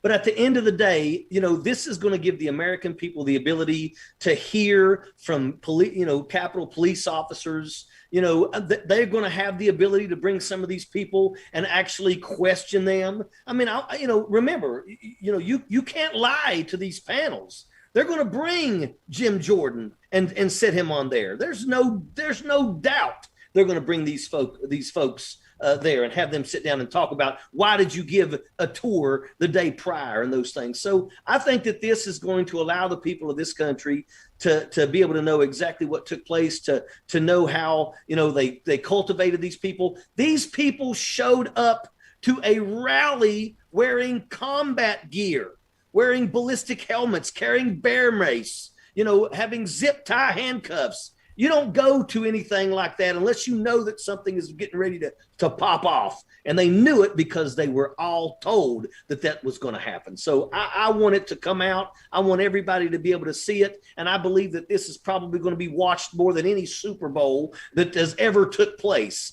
because everybody in this country, I think, is interested to be able to find out the facts of what really happened. Lord, I hope so. No, and that's where I go. I hope so. I hope Nancy Pelosi did the right thing. I hope this doesn't become, this is a partisan hearing. This isn't, they're not being cross-examined. They're not bringing alternative to anything. I fear that's what comes out of this more than the stories that we know you're going to talk about and that are important, like you're talking with the officer, Scott. It's an American hearing. It's a hearing about American terror. Yeah, I like that high-minded thought, but in the real world, we're still a very polarized country. Right. Yeah, but you know what? Go ahead. But let me think about this, though. I hate to say it, but at the end of the day, we like to think that everybody in Washington, D.C. happens to be a highly intelligent person. We would like to think. I mean, Lauren Boebert has absolutely thrown that out the window. But Kevin McCarthy and those people are still betting on Donald Trump. That right there alone tells me that they're not tracking. They're not that damn smart, and I'm telling you right now, I just happen to believe that Nancy Pelosi is absolutely far more intelligent than what these people are. And at the end of the day, they're playing into her hand. I am hoping. Yeah, already they're talking about other Republicans, not just Kinzinger and Cheney being on the commission, but like she's bringing back, what's his name, Denver Riggleman from Virginia, the Republican who was beat in a primary or was beat by a Democrat. Anyway, he's a Republican from Virginia. They're bringing him in as like not a witness, but like a consultant. I think that she's going to bring in a bunch of Republicans to talk about this stuff. Obviously, Jeff Flake isn't going to be that person because because Biden just appointed him to be an ambassador to Turkey, which just seems like the worst job ever. But yeah, There you go. All right. Well, we're going to find out, and we'll see how this plays out. It's going to begin next week, and I'm certain next week this is something we're certainly going to be talking about. And this decision is something that we will bang around, I'm certain, over the next several weeks. I'm going to take a quick break right here. Stick around through the break. We're right back after this. Stick around. You're listening to The Rick Smith Show. More American than workers standing up, and the union gives a voice to win. On the Rick Smith Show. I'm Rick Smith, and this is Labor History in 2. On this day in labor history, the year was 1877. That was the day some of the worst violence of the Great Railroad Strike erupted in Pittsburgh. The strike started days earlier. It's contested as to whether it began in Martinsburg, West Virginia, or Baltimore, Maryland. The strike spread rapidly along the Baltimore and Ohio Railroad to New York State, Pennsylvania, and throughout the Midwest. At its height, the Great Railroad Strike involved well over 100,000 workers. The strike began on the Pennsylvania Railroad on the 19th. Management repeatedly tried to move trains through the yards and was confronted by angry strikers. Pennsylvania guardsmen were called out. The strikers presented the railroad with their demands. They wanted an end to double-engine trains that required fewer workers, wages reinstated, reinstatement for their fired co-workers, and an end to pay grades. Local militia sided with the strikers and refused to show for duty. When thousands of strikers gathered at the depot, the Pennsylvania National Guard moved unsuccessfully to disperse them. Then they fired on the strikers, killing 20 and wounding 29. The strikers were infuriated by the deadly aggression and drove guardsmen into a nearby railroad roundhouse. Word spread quickly throughout the city of the massacre, launching a virtual general strike. Workers began seizing arms wherever they could find them. They set fires to dozens of railroad buildings, burned down the Union Depot, destroyed over 100 locomotives, and more than 1,000 freight and passenger cars. The next day, guardsmen shot their way out of the roundhouse, killing 20 more as they were chased from the city. A total of 3,000 federal troops would be necessary to quell strikers' fury by month's end. Labor History in 2 brought to you by the Illinois Labor History Society and The Rick Smith Show. For more information, go to laborhistoryin2.com. Welcome back to The Rick Smith Show. Now, here is Rick Smith. So this week, the bipartisan infrastructure bill did not make it past the cloture vote. And no surprising. There had been a couple of Republicans who asked for more time. You had Rob Portman saying, no, too soon. We got more to do. I have a lot of friends who are, kind of freaked out. I'm a little not thrilled. I'd like this to go a lot faster because it needs to get done. But I understand these things take time. Still a little in the mindset of, we should just ram this through reconciliation, get what we need, start building as soon as possible. But it is what it is. And yesterday, Joe Biden came out and said that he's against eliminating the filibuster. He believes that it would throw the Congress into chaos and that we would absolutely get nothing done. Here to share some thoughts on the infrastructure bill and the president's comments, I've got our all-star panel, Sarah Burris of RawStory, Scott Dworkin of the Democratic Coalition, and, of course, Rich Ojeda of No Dem Left Behind. Let's start with you, Sarah. Can't do it. Can't get rid of the filibuster. It would throw the entire Congress into chaos. I think Joe Biden is just saying that because he's talked with all of the Democrats that are against getting rid of the filibuster, and he realizes there aren't the votes to do it. And so it's basically like, I have to find out where my people are going so I can run in front of them and lead them. I think that's kind of where he is on the filibuster thing. In terms of the actual infrastructure bill, I don't understand why we're letting them slow walk this, because it's not as if they're going to vote for it anyway. I mean, they're going to basically go through all this stuff and be like, oh, this is great, and we want this, and we want this. And then when the vote actually comes up, they're not going to vote for it. So it's why? Why are we doing this then? No, I'm right there with you. Rich, you're shaking your head. You're agreeing. Well, first off, I also think about the whole thing in reference to the filibuster piece is that, the Democrats don't really have very much control. They're right now on a narrow, lead. And I think that, they also worry that if the filibuster is gone, then if the Republicans ever do take back power, they're going to force feed us things that are going to absolutely make it to where this country will only be able to rise from the ashes after it burns to the ground. And I believe that. And I believe that no matter what, just like Sarah said, this infrastructure is important. We need it. Our roads, our bridges, everything. We need broadband. There's so much stuff that we need in this country. But the Republicans are not going to allow the Democrats to get that done if they can stop it in any way, shape, or fashion.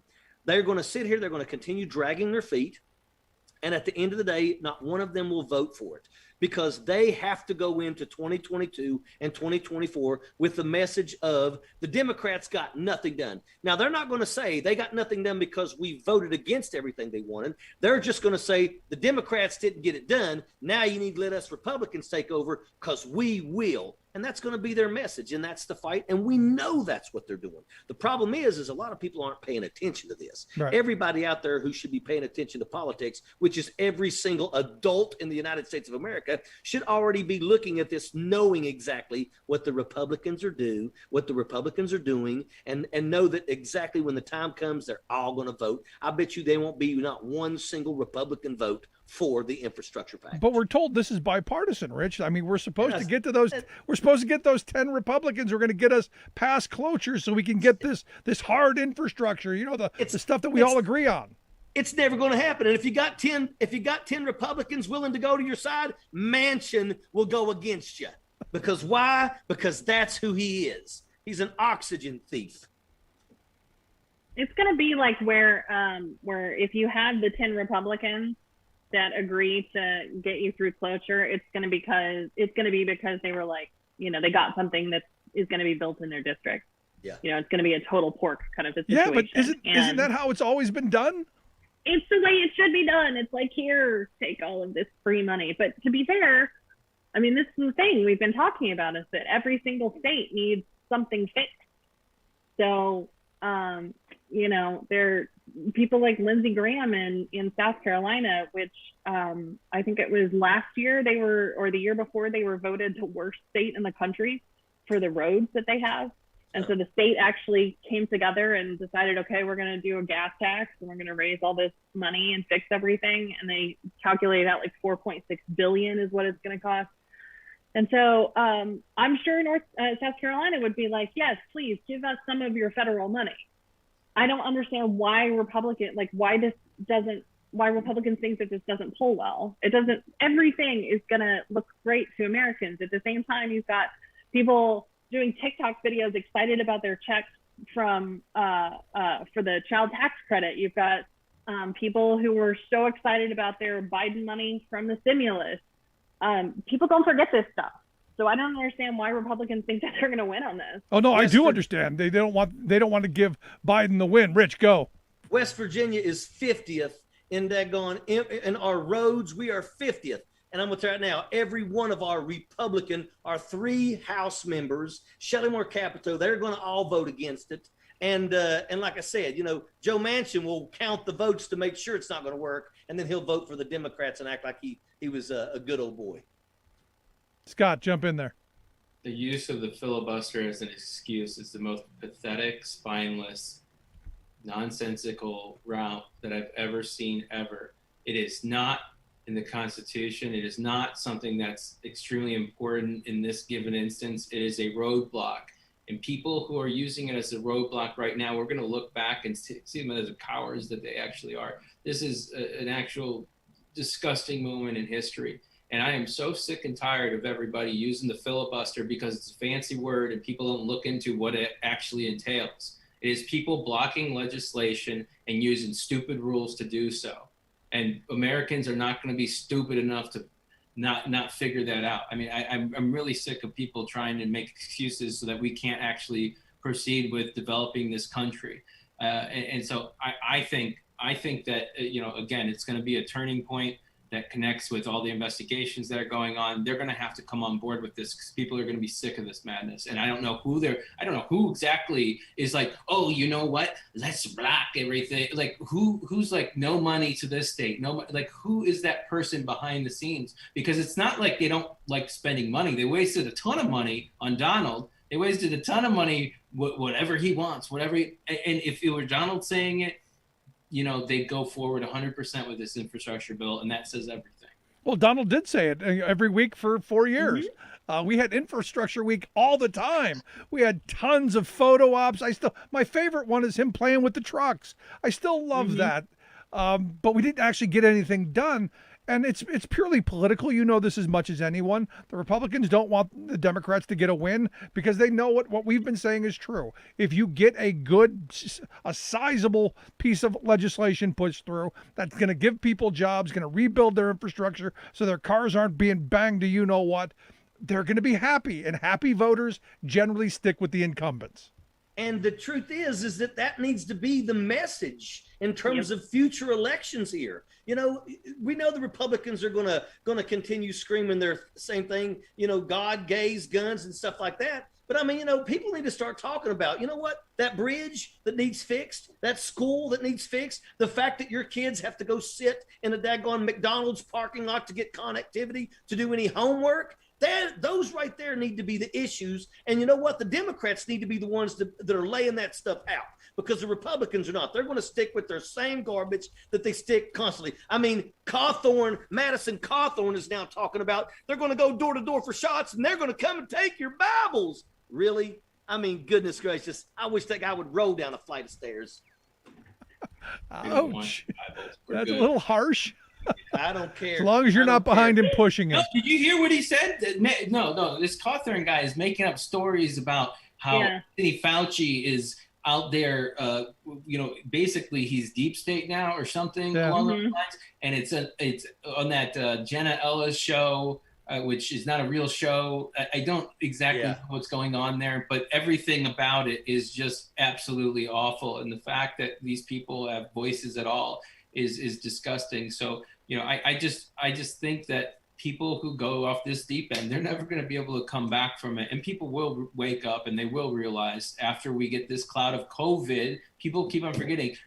Most people are still home. Most people are still scared to go outside and still scared to travel and still tentative about everything, especially with the Delta variant. So I just don't see that changing anytime soon. So they can live in that fantasy world. The Trump people can still live in this, oh, he's still president kind of world. That is going to be shock and awe when people come to reality and grips with reality that, oh, you know what, all this stuff that I've gotten, all this support I've gotten for the pandemic, it is going to be Democrats' jobs to remind them it was us who got that, and you would have gotten a dime, you would have gotten any help, and we would have had twice the amount of deaths. God, we probably would have had 3 or 4 times the amount of deaths if Donald was still president, because his only plan for vaccines was having a competitive bargaining sort of agreement where it was like every state could bid on vaccines. And not even that, he didn't even build that out. It basically was nothing. And what I was told is that at least there was nothing so that they didn't have to clean up a gigantic mess, because they didn't have a mess to clean up, except for the vaccines that they let get destroyed, the millions and millions of vaccines that sat there, the doses that sat there, and how they couldn't even count the vaccines because it was like 1 1/4 dose or something like that in each vial. And they ruined that too, because they were giving people full shot. It didn't make any sense. They don't make any sense. And I think people are sick of it, and you're going to see that energy because we have the energy, because we're vaccinated and we're loud, and we're not going to take it anymore. Sorry. No, it's good, Sarah. Sorry. You wanted to jump in there. And I don't know about you guys, but not only am I not going to take it anymore, and I'm just as mad as you are, if we end up having to go back in quarantine, I mean, just the fact that we're going to have to wear masks again because these idiots won't get vaccinated, that pisses me off. Yeah. And I guarantee you there are a whole lot of people around the country who are like, I did all of the right things and y'all are screwing it up for us. Like, you are making it so terrible for all of us now. Yeah, I'm trying to fly to Europe on August the 1st. They've already canceled my return flight. I've been planning this trip for literally over a year now, and because of this, you know, I mean, It's just absolutely sickening. Yeah, I got a speaking gig in October in Alaska, and I'm not sure. We bought tickets, and I'm not sure I'm going to eat them or not because you've got the same thing. Back to the infrastructure thing, because a lot has been put on the Republicans for not coming along, but there's also some fear that AOC and the squad are going to tank this because they don't believe it's enough. Is that a let's start with you, Scott. Is that something you see possible? No, I think that they'll use their negotiating positions. One of the reasons why it gets any progressive bend in it at all is because of them.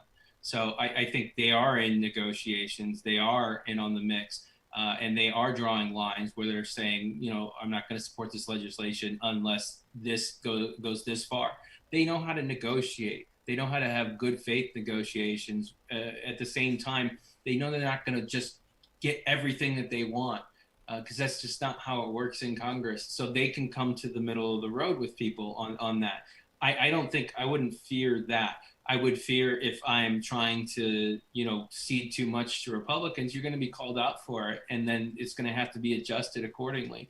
But I just don't, they're not pariahs against the United States of America. They're not enemies of the state. And so they're not going to negotiate in bad faith. And I think that's the major difference is you can have long, talks with Republicans going into the night for hours and hours and waste dozens of hours of your time to talk about this commission, and people look you straight in the eye and say, we're going to move forward with this commission on it. And then they are liars. They're pathological liars. You can't make deals with liars, but you can with honest people like AOC, Tlaib, and everybody else who's in the squad. I'm not actually sure who's the member of it now, but I would say that progressives in Congress, they do have a bargaining chip, and they control a lot of what goes on in Congress. It just is a middle of the road kind of thing because there are moderate Democrats and there are some Republicans, one or two, that support us once in a blue moon. Yeah, and ultimately you don't want to end up just getting the hard infrastructure stuff done and none of the social infrastructure that we desperately need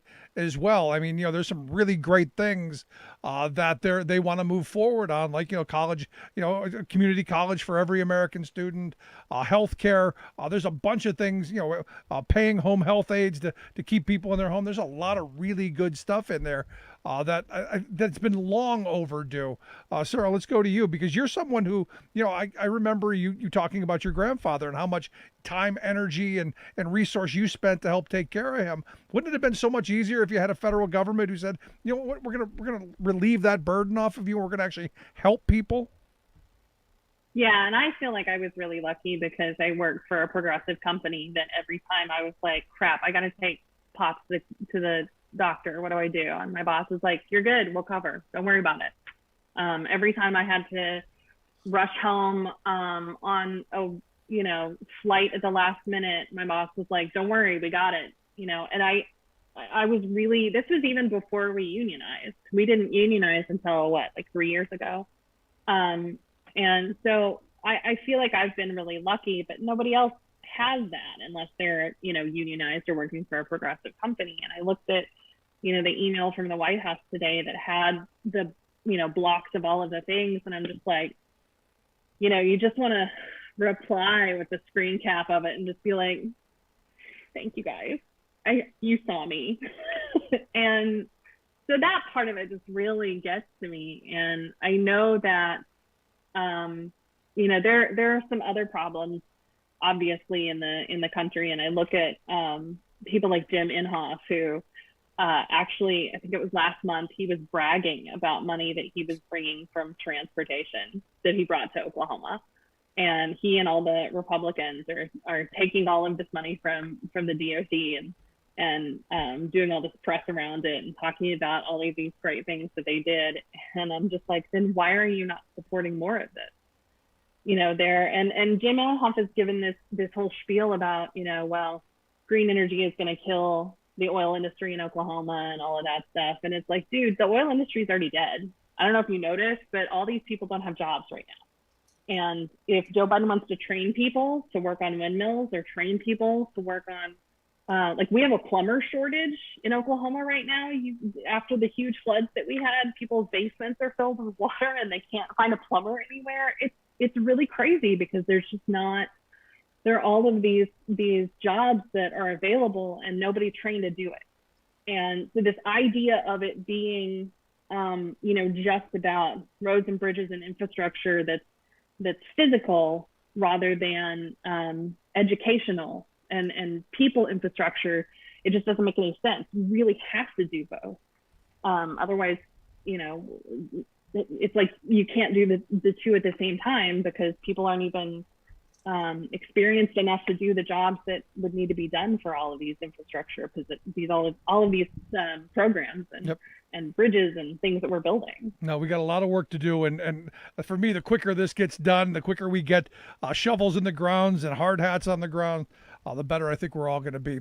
I'm going to take a quick break. On the other side, going to talk a little bit about the increase in the virus, the states that are struggling or, well, predictably being hit right now. We'll talk about that on the other side. Quick break, right back. Stick around. Remembering that united we bargain, divided we beg. Rick Smith.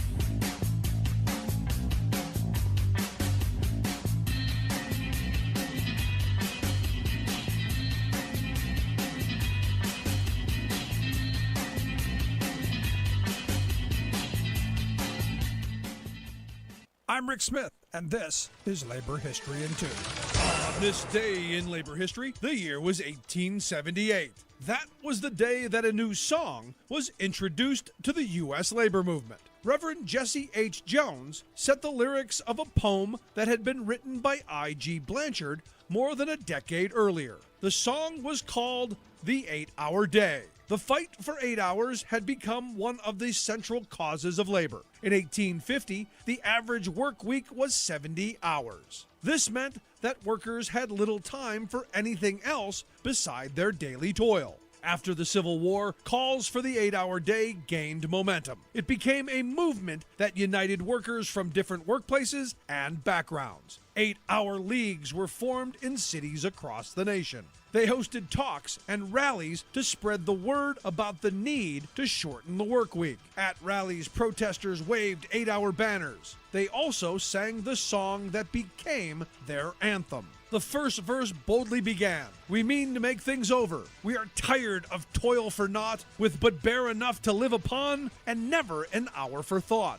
We want to feel the sunshine. We want to smell the flowers. We are sure that God has willed it, and we mean to have 8 hours. We're summoning our forces from the shipyard, shop, and mill. 8 hours for work, 8 hours for rest, 8 hours for what we will.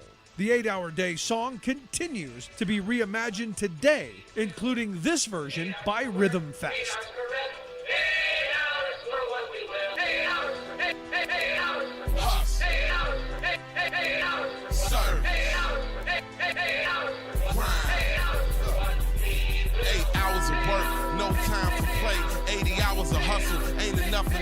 Labor History in 2 brought to you by the Illinois Labor History Society and The Rick Smith Show.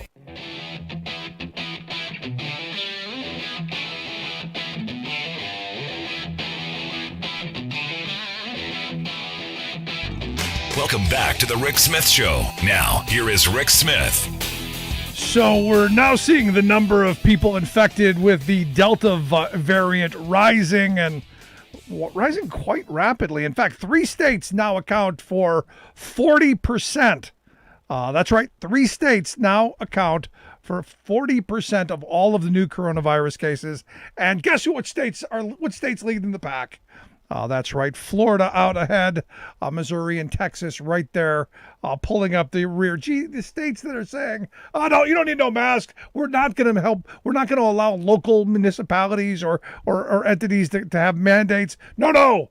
We're just going to power right through. At a time where Philadelphia is now saying they're recommending people wear masks indoors. I'm waiting for that to be something that they mandate. But Ron DeSantis, or as some of the folks tell me, Death Santis, he's saying nope, they're not going back. They're powering right through, no matter how many people go. And here to share some thoughts on where we're going, our all-star panel: Sarah Burris of RawStory, Scott Dworkin of the Democratic Coalition, and Rich Ojeda of No Dem Left Behind. So, Sarah, let's start with you. We're not going back. We're powering right through, no matter what. You talked about the 40%. One of the statistics, though, is that 20% of those is Florida. So like half of that 40% is Florida, where Texas and Missouri make up the rest of it. I guarantee you Arkansas is not far behind. If you look at the graph of where a lot of these are happening, some of that southern portion of Missouri is now starting to bleed into northern Arkansas, and now Oklahoma is seeing a huge uptick as well because stupid people.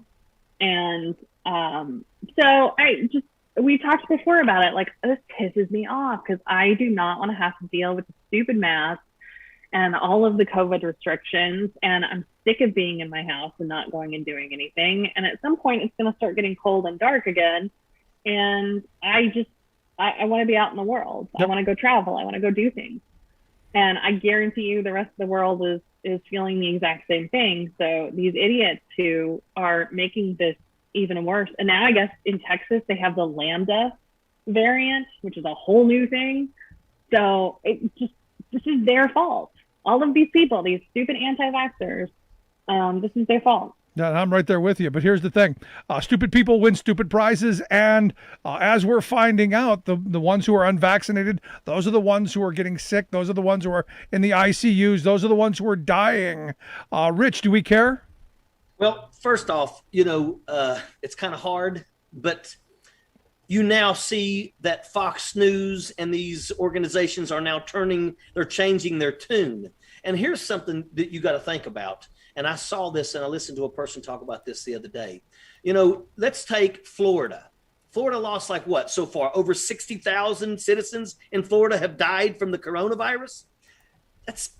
You have to honestly say that the majority of these people that are anti-vaxxers are also Republican. I'm going to go ahead and just say that. So let me say, if you got 10,000 people from this town that have died, and out of those 10,000 people, 8,500 of them were Republican voters, maybe that's one of the reasons why the Republicans are starting to turn, the narrative around, because they're realizing that the people that they're losing are their own supporters. But I'm telling you, I think it's absolutely, it's really hurts to think that we've come this far and now we're seeing us slip back into it. I mean, you shouldn't have to look and have to be told to get vaccinated. 98 to 99% of the people that are dying today and being put on ventilators are unvaccinated people. Children are dying. If a child dies because mommy and daddy doesn't want to get their child vaccinated, they should be held accountable for that. If a person goes to the hospital and spends 6 damn weeks in a hospital on a ventilator, the insurance companies, who I hate, by the way, should have the ability to say, the vaccine was free. You knew all about it. You chose not to. So we're not going to pay your not electric bills, but your medical bills. Those are the kind of things that needs to happen. But people need to get vaccinated. It's just absolutely sickening that we have people in this country to this day that could be so stupid to sit here and watch a global pandemic that is killing people from all over. I live in Logan County, West Virginia. I mean, hell, we've lost people in my hometown to COVID. It's hitting everywhere. So nobody has an excuse to play that game. All of these people that are screaming, the Fauci ouchie, they were vaccinated before all of us were. I hope that Fox News and them are going to be able to be held accountable for this, because I want to see them sued out of existence.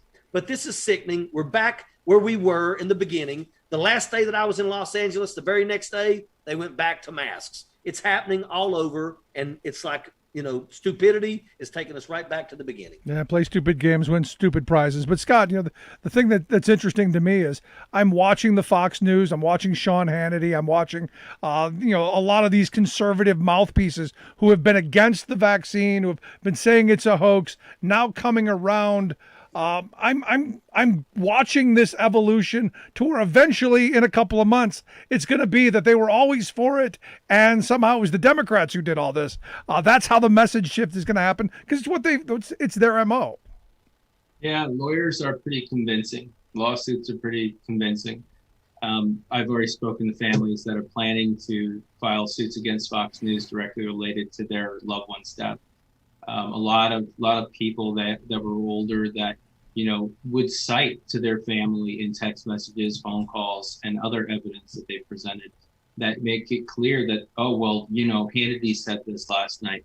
Well, Tucker said this last night. It's clear that, Fox News tells me this. And they cite that as a reason, and they take that, oh, I don't need to wear a mask because they said so. And they're presenting themselves as news, even though they're not. But I think that these lawsuits, they know that these lawsuits are going to be damaging in every way, not just monetarily, but like to their programming, to everything that they're up to.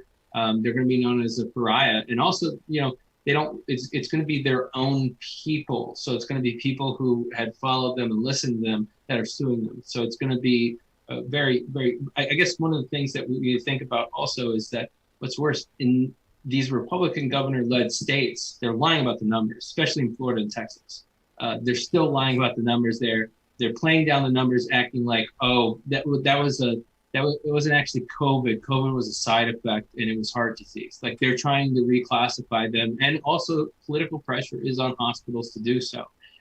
So the numbers are much worse, much, much, much worse than we see.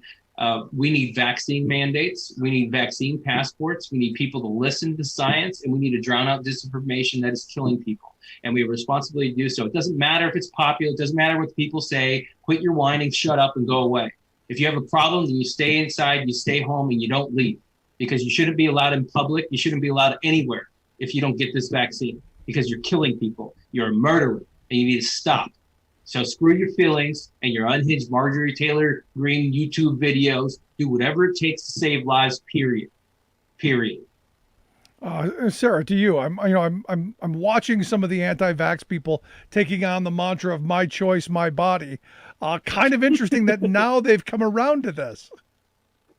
I love it, because every time I see somebody say that online, I'm like, thank you. I welcome you to the pro-choice movement.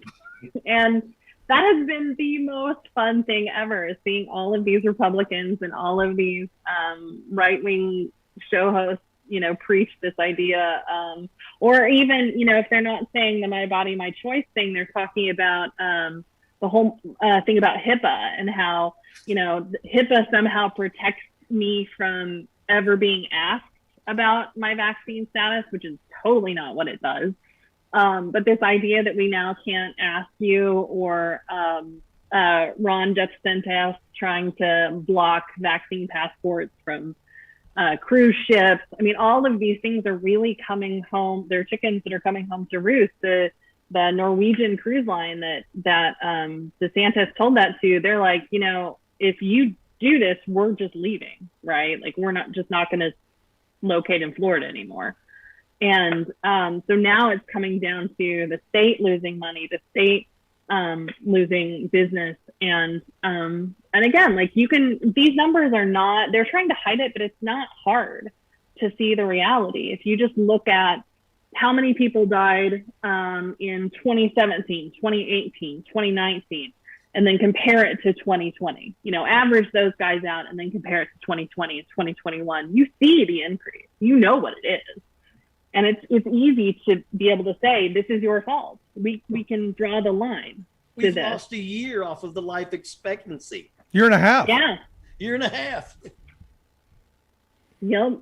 Which, I mean, let's be honest, some of that is the COVID-15 too. Yeah.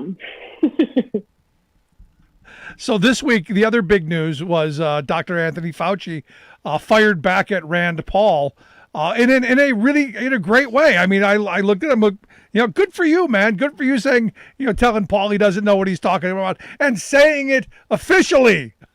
Officially, you don't know what you're talking about, in a very pointed way. And I'm like, good on you. I love that. But what was expected is, Rand Paul is going to try and get him, in a twist. And you find out that he's going to send a letter to the Department of Justice to investigate him. I still think it was a great thing. Let's start with you, Rich. What do you think of Fauci's statement? First off, I thought it was awesome. I would like to get Rand Paul drunk and drop him off at his neighbor's house. That's what I would really love to do. I thought it was hilarious. I think it's awesome. I like it that Dr. Fauci is snapping back at him. I mean, he's nothing. He's like a Jim Jordan, in the Senate. and it's embarrassing. It's a waste of our time. It amazes me how these people can try to attack somebody who has literally been the subject matter expert on, infectious diseases, worked for the last 7 presidents, and now all of a sudden he doesn't know anything. We don't want your Fauci ouchie. Oh, by the way, that Fauci ouchie is basically the cure to what has killed 625,000 Americans and over 4 million people across the globe. It is what it is. Why Wow. is she in Congress? Exactly. Why is Lauren Boebert she shouldn't even be allowed to take the tour. No, no, she shouldn't. Scott, Spell Congress. Okay. I Oh have my problems God. with people attacking Dr. Fauci in this point in time specifically. If you do so, again, you're an anti-American scumbag, the biggest scum on the planet. Like, it's not even the worst kind of terrorist. Like, you are a person who's trying to disassemble the United States of America from within. And so keep your mouth shut. We don't want to hear from you because you have nothing to say, because you don't have a brain. If you're attacking Dr. Fauci, you don't understand what's happening right now. And that you want to live in La La Land, then go live in La La Land and not America. You're not welcome here. That's how I feel. Go lick all the doorknobs you want. do we see the potential of, as this grows, because I'm looking at the numbers, and what they're saying is if you got the Moderna or the Pfizer shot, you're pretty well. You might get the different variants, but you're probably going to get through it because overwhelmingly the majority of people who are dying and having really negative consequences are the unvaccinated. I just kind of want to finish up in this spot. Isn't this one of those things that the natural selection, this is how you thin the herd, and maybe this is how you get people going, hey, maybe we should try and protect her. Isn't that the common sense position? No, this is when you get the government to do your job. It doesn't matter if it's popular or not. You do what you do to save lives. You do whatever it takes to save lives. You say, I don't care if you're against this or not. This will save lives, period. So go get your vaccine, period. And that's your job as government. It's not job to be comfortable and popular. It doesn't matter. This is your time to make unpopular decisions with your own base to save their lives for their own damn good. Rich, are you okay with the idea of because what I'm getting from you is we're going to be forcibly vaccinating people. Rich, are you okay with that? Well, 7 people died when people, I guess, messed around with the Tylenol bottle back many years ago. And of course, now you have to, pretty much have to shoot the lid off to be able to get to your pills these days. What was it? One person, an actress, drove under a daggone tractor trailer. And because of that, now there's a bar at the back of every tractor trailer to where you can't go under. I mean, at the end of the day, 625,000 Americans have lost their lives. We have countless people who have basically went through with the virus, and it has affected them in some way for the rest of their lives. Look, there comes a time when you have to say, look, we've got to do something. We've got to stop this. And you know what? Here's the thing. Now new variants are coming out, and we can get in front of this, but it's at the point where we're going to have to make it happen. We're going to have to make people do the right thing, because if we let them come up with the right thing, most of them won't. And especially when they're listening to things like Fox News and things like that, they're not going to do what's right. Sometimes our government needs to take a stand. In the military, we fight for democracy, but we don't practice it. You get your ass in line and you get your shot. And yet 44% of active duty soldiers are vaccinated. Just 44. Well, that has to be because of the vaccine in terms of it being where it needs to be. Because I'll tell you right now, I can remember many times when we got in lines and you had both your sleeves rolled up and a cheek sticking out. They didn't tell us what we was getting. We just got hammered with damn needles. You want to go? You get stationed in Korea, you got to get the the anthrax cycle. You got to go through that. I'm just telling you. I mean, I've ate so many daggone malaria pills, you name it, I've ate it all. I've lived off of hydrochloroquine forever, and guess what? I wasn't allowed to not take it. I had to take it. So you, with the hydroxychloroquine, you were protected from the virus. Yeah, from malaria. Last question I've got. As we look forward to the week ahead, obviously the news is going to be all about the select committee. Real quick, what are we expecting to see? Rich, let's start with you. I think we're going to get to hear some amazing testimony from some of these Capitol Police. And of course, I think that when they finally call forward people like Lauren Boebert, Marjorie Trader Green, and Jim Jordan, we're going to see them act like complete asses. But that's okay. I think that's expected, and they're going to absolutely do exactly what everyone expects: be an ass. There you go, Sarah. You throw in there. I think the one thing that I want is these guys have seen so much horror and so much sadness. I really want the country to rally around them. I want them to feel the love of the country and make sure that they know that they're not alone and that we're with them, fighting right along beside them. And make sure that, this is really unnerving. Sitting in front of the well of members of Congress is not an easy thing to do. Yep. So I think it's important that we all get out there and tweet about them and say thanks. There you go. Scott, you got the last word. I think the return to seriousness is next week, decency, and the descent of Trump into an abyss. Like, I want to remind people that the insurrectionists lost, we won, and next week will be the biggest reminder of that of all. There you go, Scott. I appreciate the time. Rich, thanks so much. Sarah, thanks so much. Hope folks, I'll take a look at RawStory. Sarah, one of our favorite reporters there. Scott Dworkin of the Democratic Coalition, and Rich Ojeda, No Dem Left Behind. Guys, thanks so much. Get vaccinated. Airborne. There you go. If you missed any of today's program, you can always find that at thericksmithshow.com. Questions, comments, something in your mind, you can email me, rick at thericksmithshow.com. I want to hear what you think. If there are topics, issues, things you want to hear about in the future, by all means, send us an email and we will get to them. If something we said got under your skin, made you unnerved, I most certainly want to hear about that. Thanks so much for tuning in. We'll see you back here next time.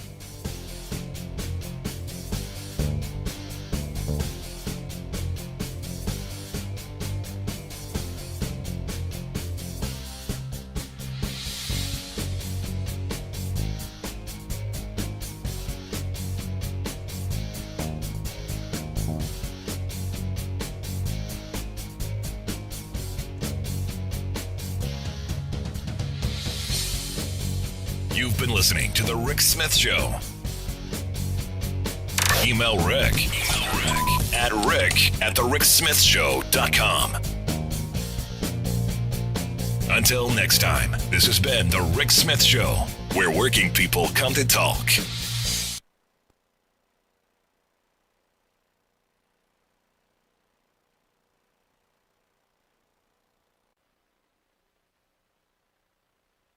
It's time for The Rick Smith Show. Now, here is the voice of the working class, Rick Smith.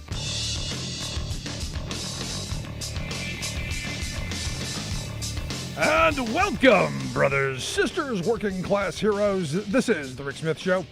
Thanks so much for being here today on the big program. Lots to get to, lots to talk about. Our big panel, all-star panel of folks to come and talk about the big issues of the week. The select committee going to begin next week. Going to find out the thoughts on, did Nancy Pelosi make the right decision by saying, no, we're not taking these Republican hacks on this committee? Also going to talk about some infrastructure, and the virus is popping back up again. 3 states, and we'll figure out, I think we already know which ones those are, but we'll figure out what's going on there. But our all-star panel for today, as we discuss the big issues, I've asked Scott Dworkin of the Democratic Coalition, Sarah Burris of RawStory, and of course, Rich Ojeda of No Dem Left Behind. Guys, thanks for taking time for us. Airborne. Hey. So let's start with the big news of the week. Nancy Pelosi said, no, we're not going to take Jim Jordan. We're not going to take Jim Banks. We're not going to have these folks on this committee because, well, quite potentially, they're probably going to be witnesses. I've taken the position. I think it's a mistake. Anybody agree with me? No. Nope. Okay, let's start with you, Rich. Why you think it was a good idea to throw those folks off? Well, first and foremost, let's look at Jim Jordan. Jim Jordan is basically, it's said that he actually was one of the ones who gave the reconnaissance tour the day prior.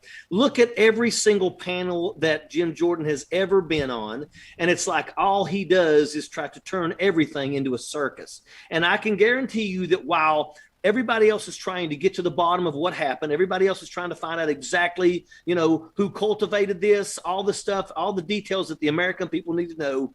Jim Jordan will stand and scream and try to obstruct.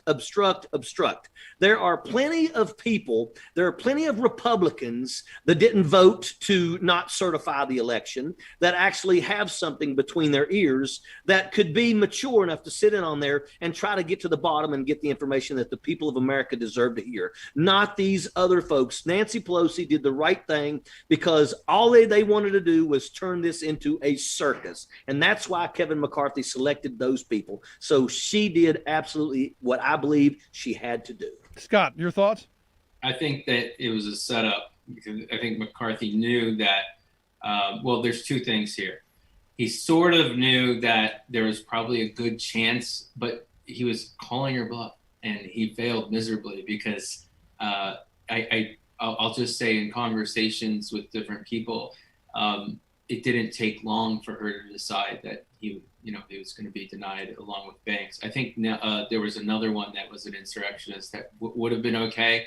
I thought that McCarthy would have come back with two different picks that were just like far right outside of that in response to it. Instead, he's like, I'm kicking my ball and I'm going home. Okay, Kevin, go ahead and do that. This is the best scenario for America right now. And the potential written in the bylines and whatnot of, I think of the potential of Adam Kinzinger being added and other Republicans being added that either supported impeachment or did not vote to overturn the election, because insurrectionists cannot be investigating the insurrection. You have Al-Qaeda. Would you take an investigation of Al-Qaeda into 9/11 very seriously? That's what we're looking at here. So this sideshow that they'll have, fake little pieces of paper, propaganda, I honestly think if he starts his own investigation, we need to investigate that investigation because that will be linked to Fox News, OAN. There will be some weird lobbying efforts there. So I look forward to whatever, sideshow he's going to try to pull. But when it comes down to it, it's going to be a moment for America next week when heroes like Officer Harry Dunn come out and speak in front of the camera and are able to articulate exactly what happened to them that day. And I've spoken to Harry Dunn for hours, and I can tell you that this is a 6'7", 300-pound dude, and he is forever changed as a human being because of this day. An American hero who spent 18 hours working that day and then came back at 6 a.m. the next day. And without any complaints and everything. Obviously, he's got longstanding issues now. But, I mean, this is ludicrous. And I think that it's going to backfire with the seriousness of this all, just like it's backfiring with COVID. Sarah, go ahead. Rip into me now. Yeah. I'm not going to rip into you. I understand why you would want these idiots on there because it will create a spectacle. It will make Republicans look worse. It will make it look ridiculous. I think it would also gather more attention to it, just out of the absurdity of it.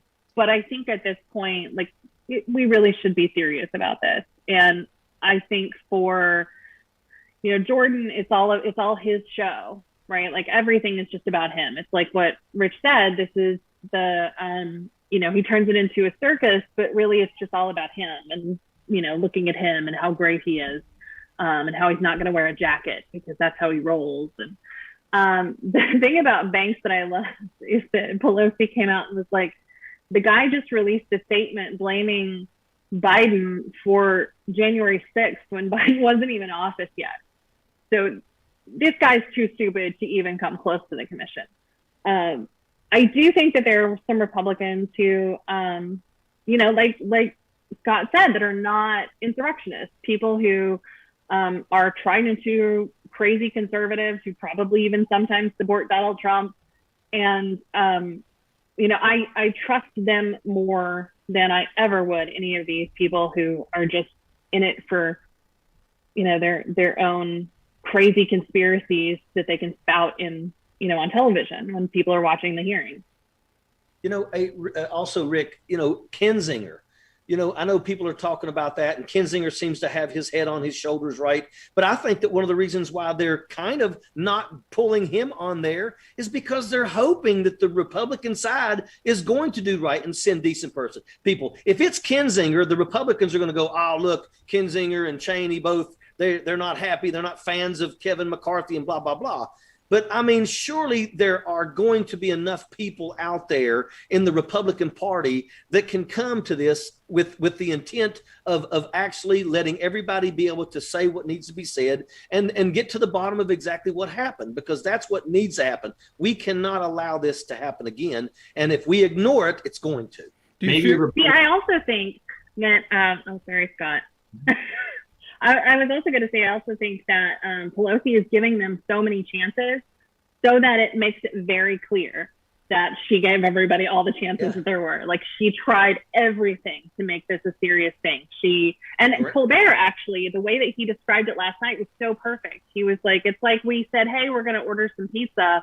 And you were like, no, I don't want your stupid pizza. I want freedom. And the pizza gets here and they're like, and it's like, I didn't want onions and mushrooms. I wanted fascism and pepperoni. And so it's like, we ordered the stupid pizza when you said you didn't want it. And now the pizza's here and you're complaining about it, right? Yep. That's a very simple way that I explained it to my parents last night. And they were like, oh, that makes sense. So there you go. No, because they had the opportunity to vote for the commission. They could have avoided all this. You could have had a nonpartisan commission. I'm with you. They could have done this. But in my view, this was highly predictable. In fact, I predicted it the week before that McCarthy was going to do just this, and that the want was going to be to throw them off. And then you end up creating two separate things. And I'll be honest, I think the Republican megaphone is much bigger. And I'm already hearing the messaging from my, somewhat Republican Trump supporters going, see, you can't trust those Democrats. They're going to do what they want. They're going to abuse their power. And I'm afraid that is the frame. Now, what I would have loved to have seen, Liz Cheney go after Jim Jordan and explain to people what she said to him on the day of the insurrection. I think you've made these people martyrs. I think you're going to give them too much power by kicking them off. I would have rather you had them there and mock them every time they said something stupid. You don't think that Nancy Pelosi thought about that? I'm kind of in the thoughts of McCarthy's playing checkers and she's a grandmaster chess champion. Yeah. I really believe that. I believe that she knew exactly what Kevin McCarthy was going to do.